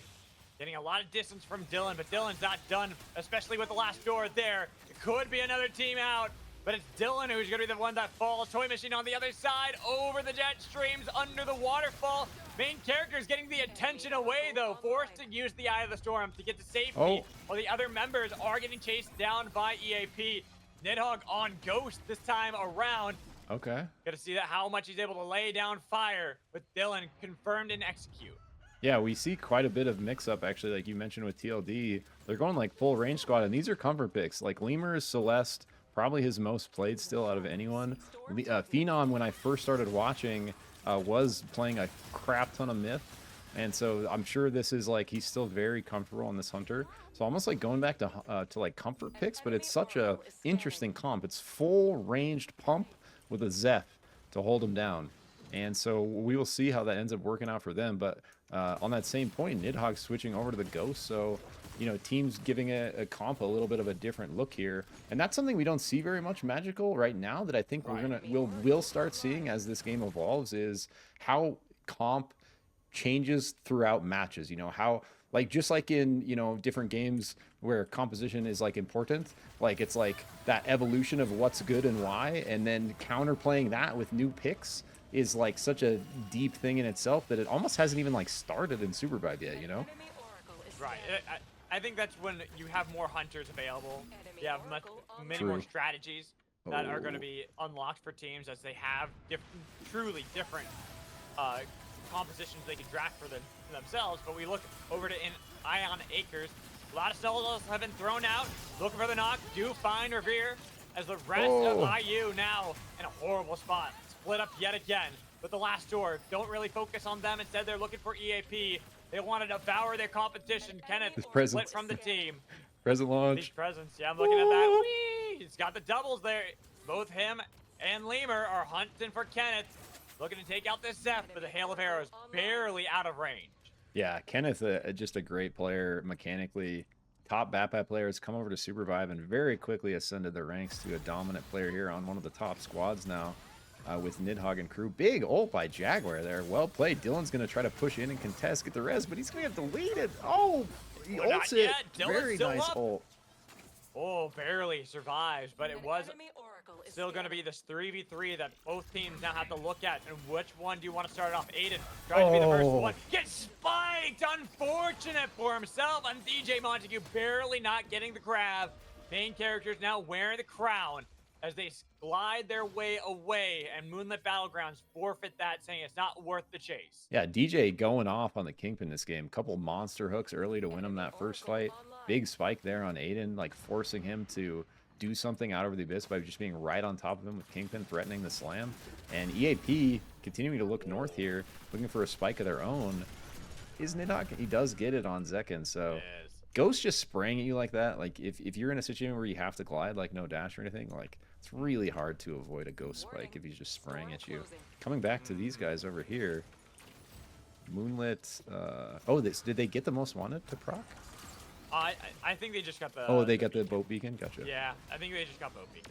There hadn't been enough time, and the boat beacon's right there. But Moonlit Battlegrounds, they did not get any resurrections. In fact, they lose Pensato. Now only the two pushed back away from Imotech. They might want to wait out for the boat, but with the storm pushing in how it is, I don't think they'll have time. Kobayashi's party. Oh, Lunaris. Let's get it. Yes, you can. I was waiting to see if there's going to be any pull attempted into the heart, but teams got Tammy Garfield. They didn't all get a ticket. They're split up. They're getting Heelys. No, they're like, guys, where'd you go? Why'd you leave? How do we get out of here? Yeah, because it's like, well, I'm leaving first. Yeah, Second, your turn.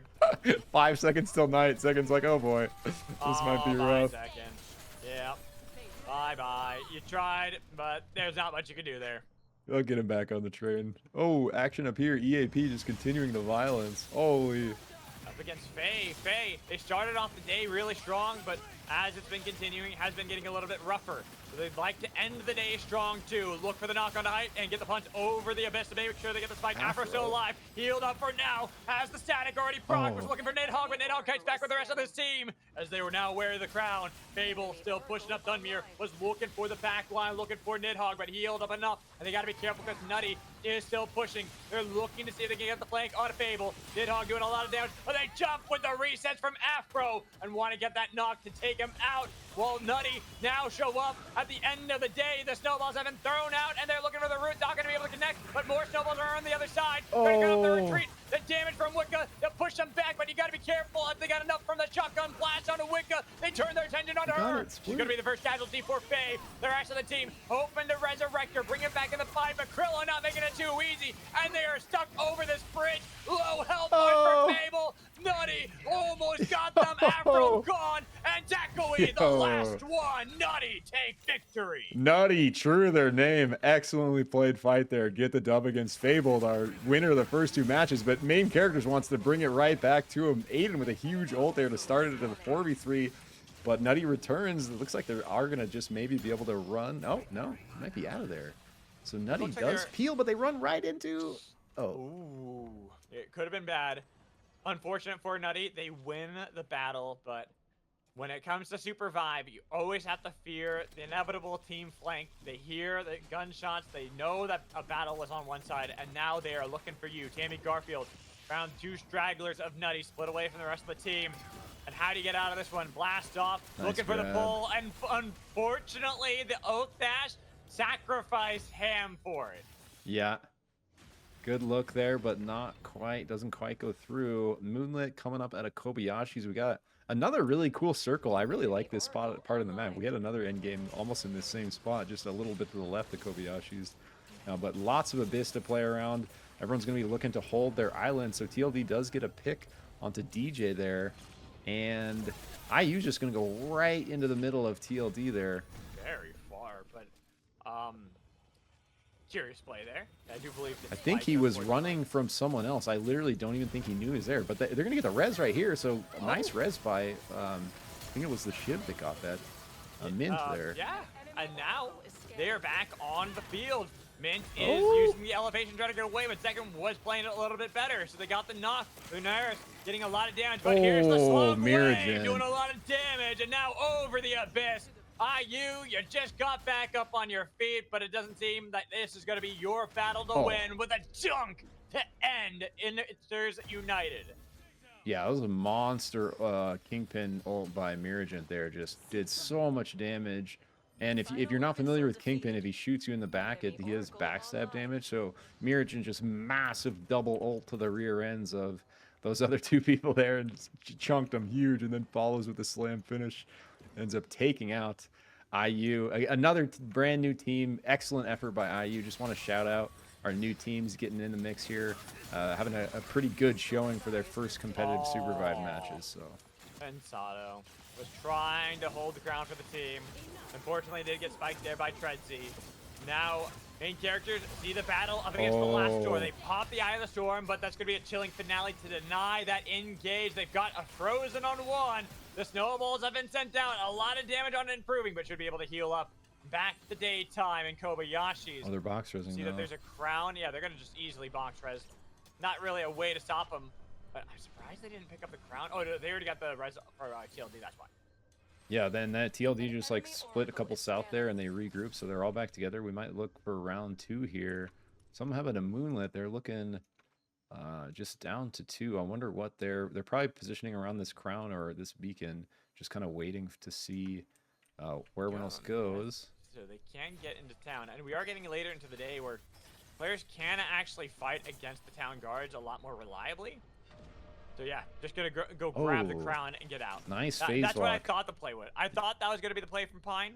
Just try to sneak their way in to grab that crown.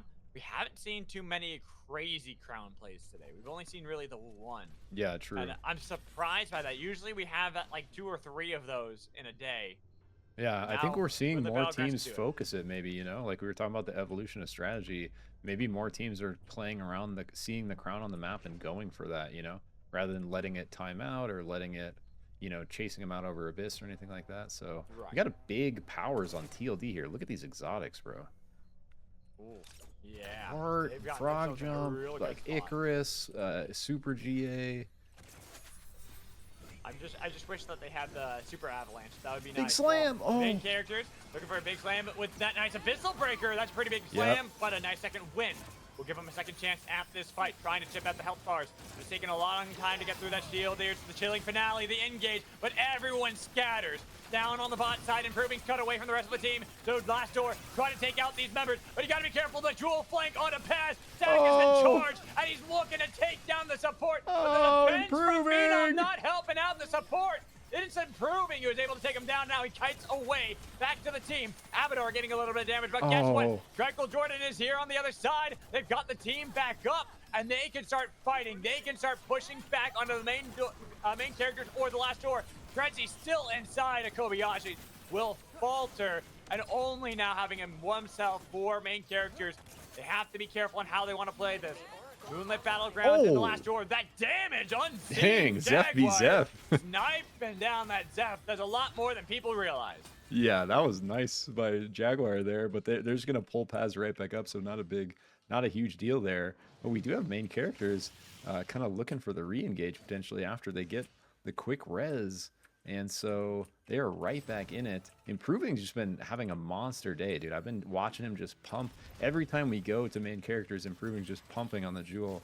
And right there, just literally splitting off, you know, the support to stop him from doing, like, literally just kept Paz out of the entire fight.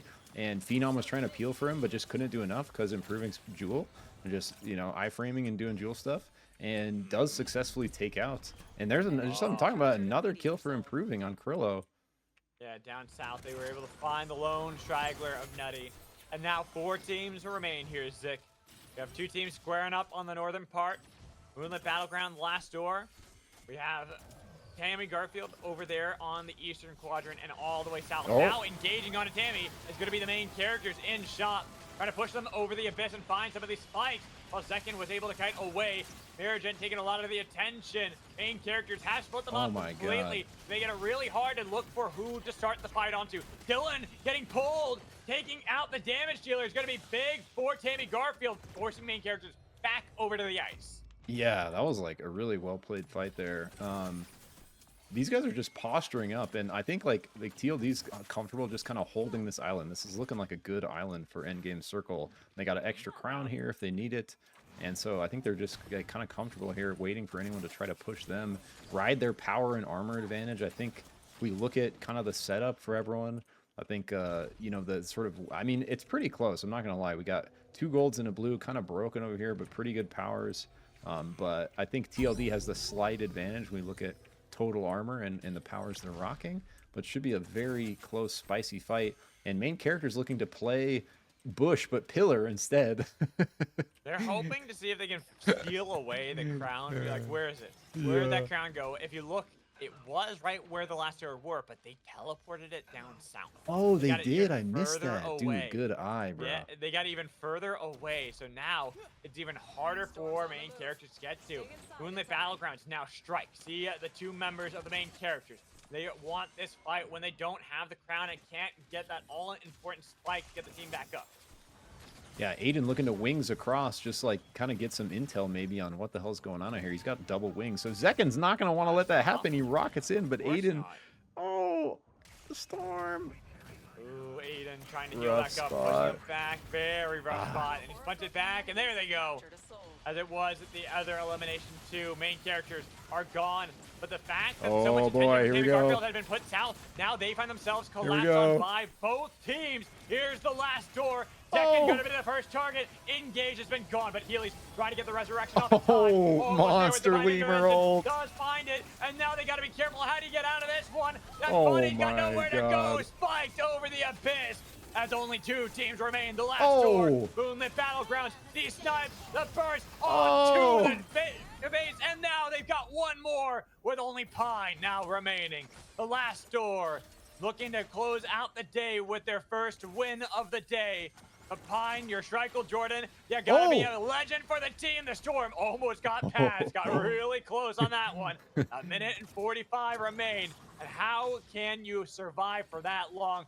Try to juke him with the myth over the walls. and see which target's more important. Phenom on your back, and you've got nowhere to attack. You try to go for the phase walk out of there, but you snap back to reality, and with a vortex charm, it is Lemur and Squad, the last door to take the last victory. Dude, GG's. What an epic day of scrims, bro. So many good end games, so many spicy fights at the end there. Like, just so epic, like, the whole time, man. And, like, right there, we were talking about it earlier, the comfort picks of TLD, bro. We saw, like, these guys are good at these hunters. Like, that was a monster downtown floated in Lemur Celestial. It hits 3. And they just clean that up and then re-engage on the 3 that are left. And we saw right after that, Phenom get another like downtown snipe from the Myth and you know, make it a 2v4.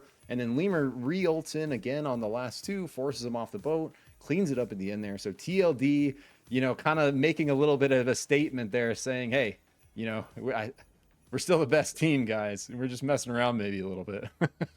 Exactly. Hey, they're trying out new things here, trying out everything. So I am gonna have to call the stream there. That is a good place to end. I'm just looking for someone to host. Probably gonna just give it over to Lemur, I think. Give over the nice raid there. But thank you everybody for joining. Yeah, Sick, GG's. thank you for joining me as so well. fun, bro. We did Thank all you the so much for observing. having me, man. Thank you so much. I have such a good time casting with you, bro. This is like, I just want to keep doing it. Yeah, thank you, Zach. You did a great job today, as usual. I can feel your growth as a caster every single cast. Like, this felt like our best one by far. I had a and really I know good time today, bro. I feel like we were flowing a bit. Exactly. I feel like we're just gonna keep it getting better. But thank you again, Hell yeah. Rick. So if GG's, everyone bro. wants to check him out, make sure to check out his YouTube channel.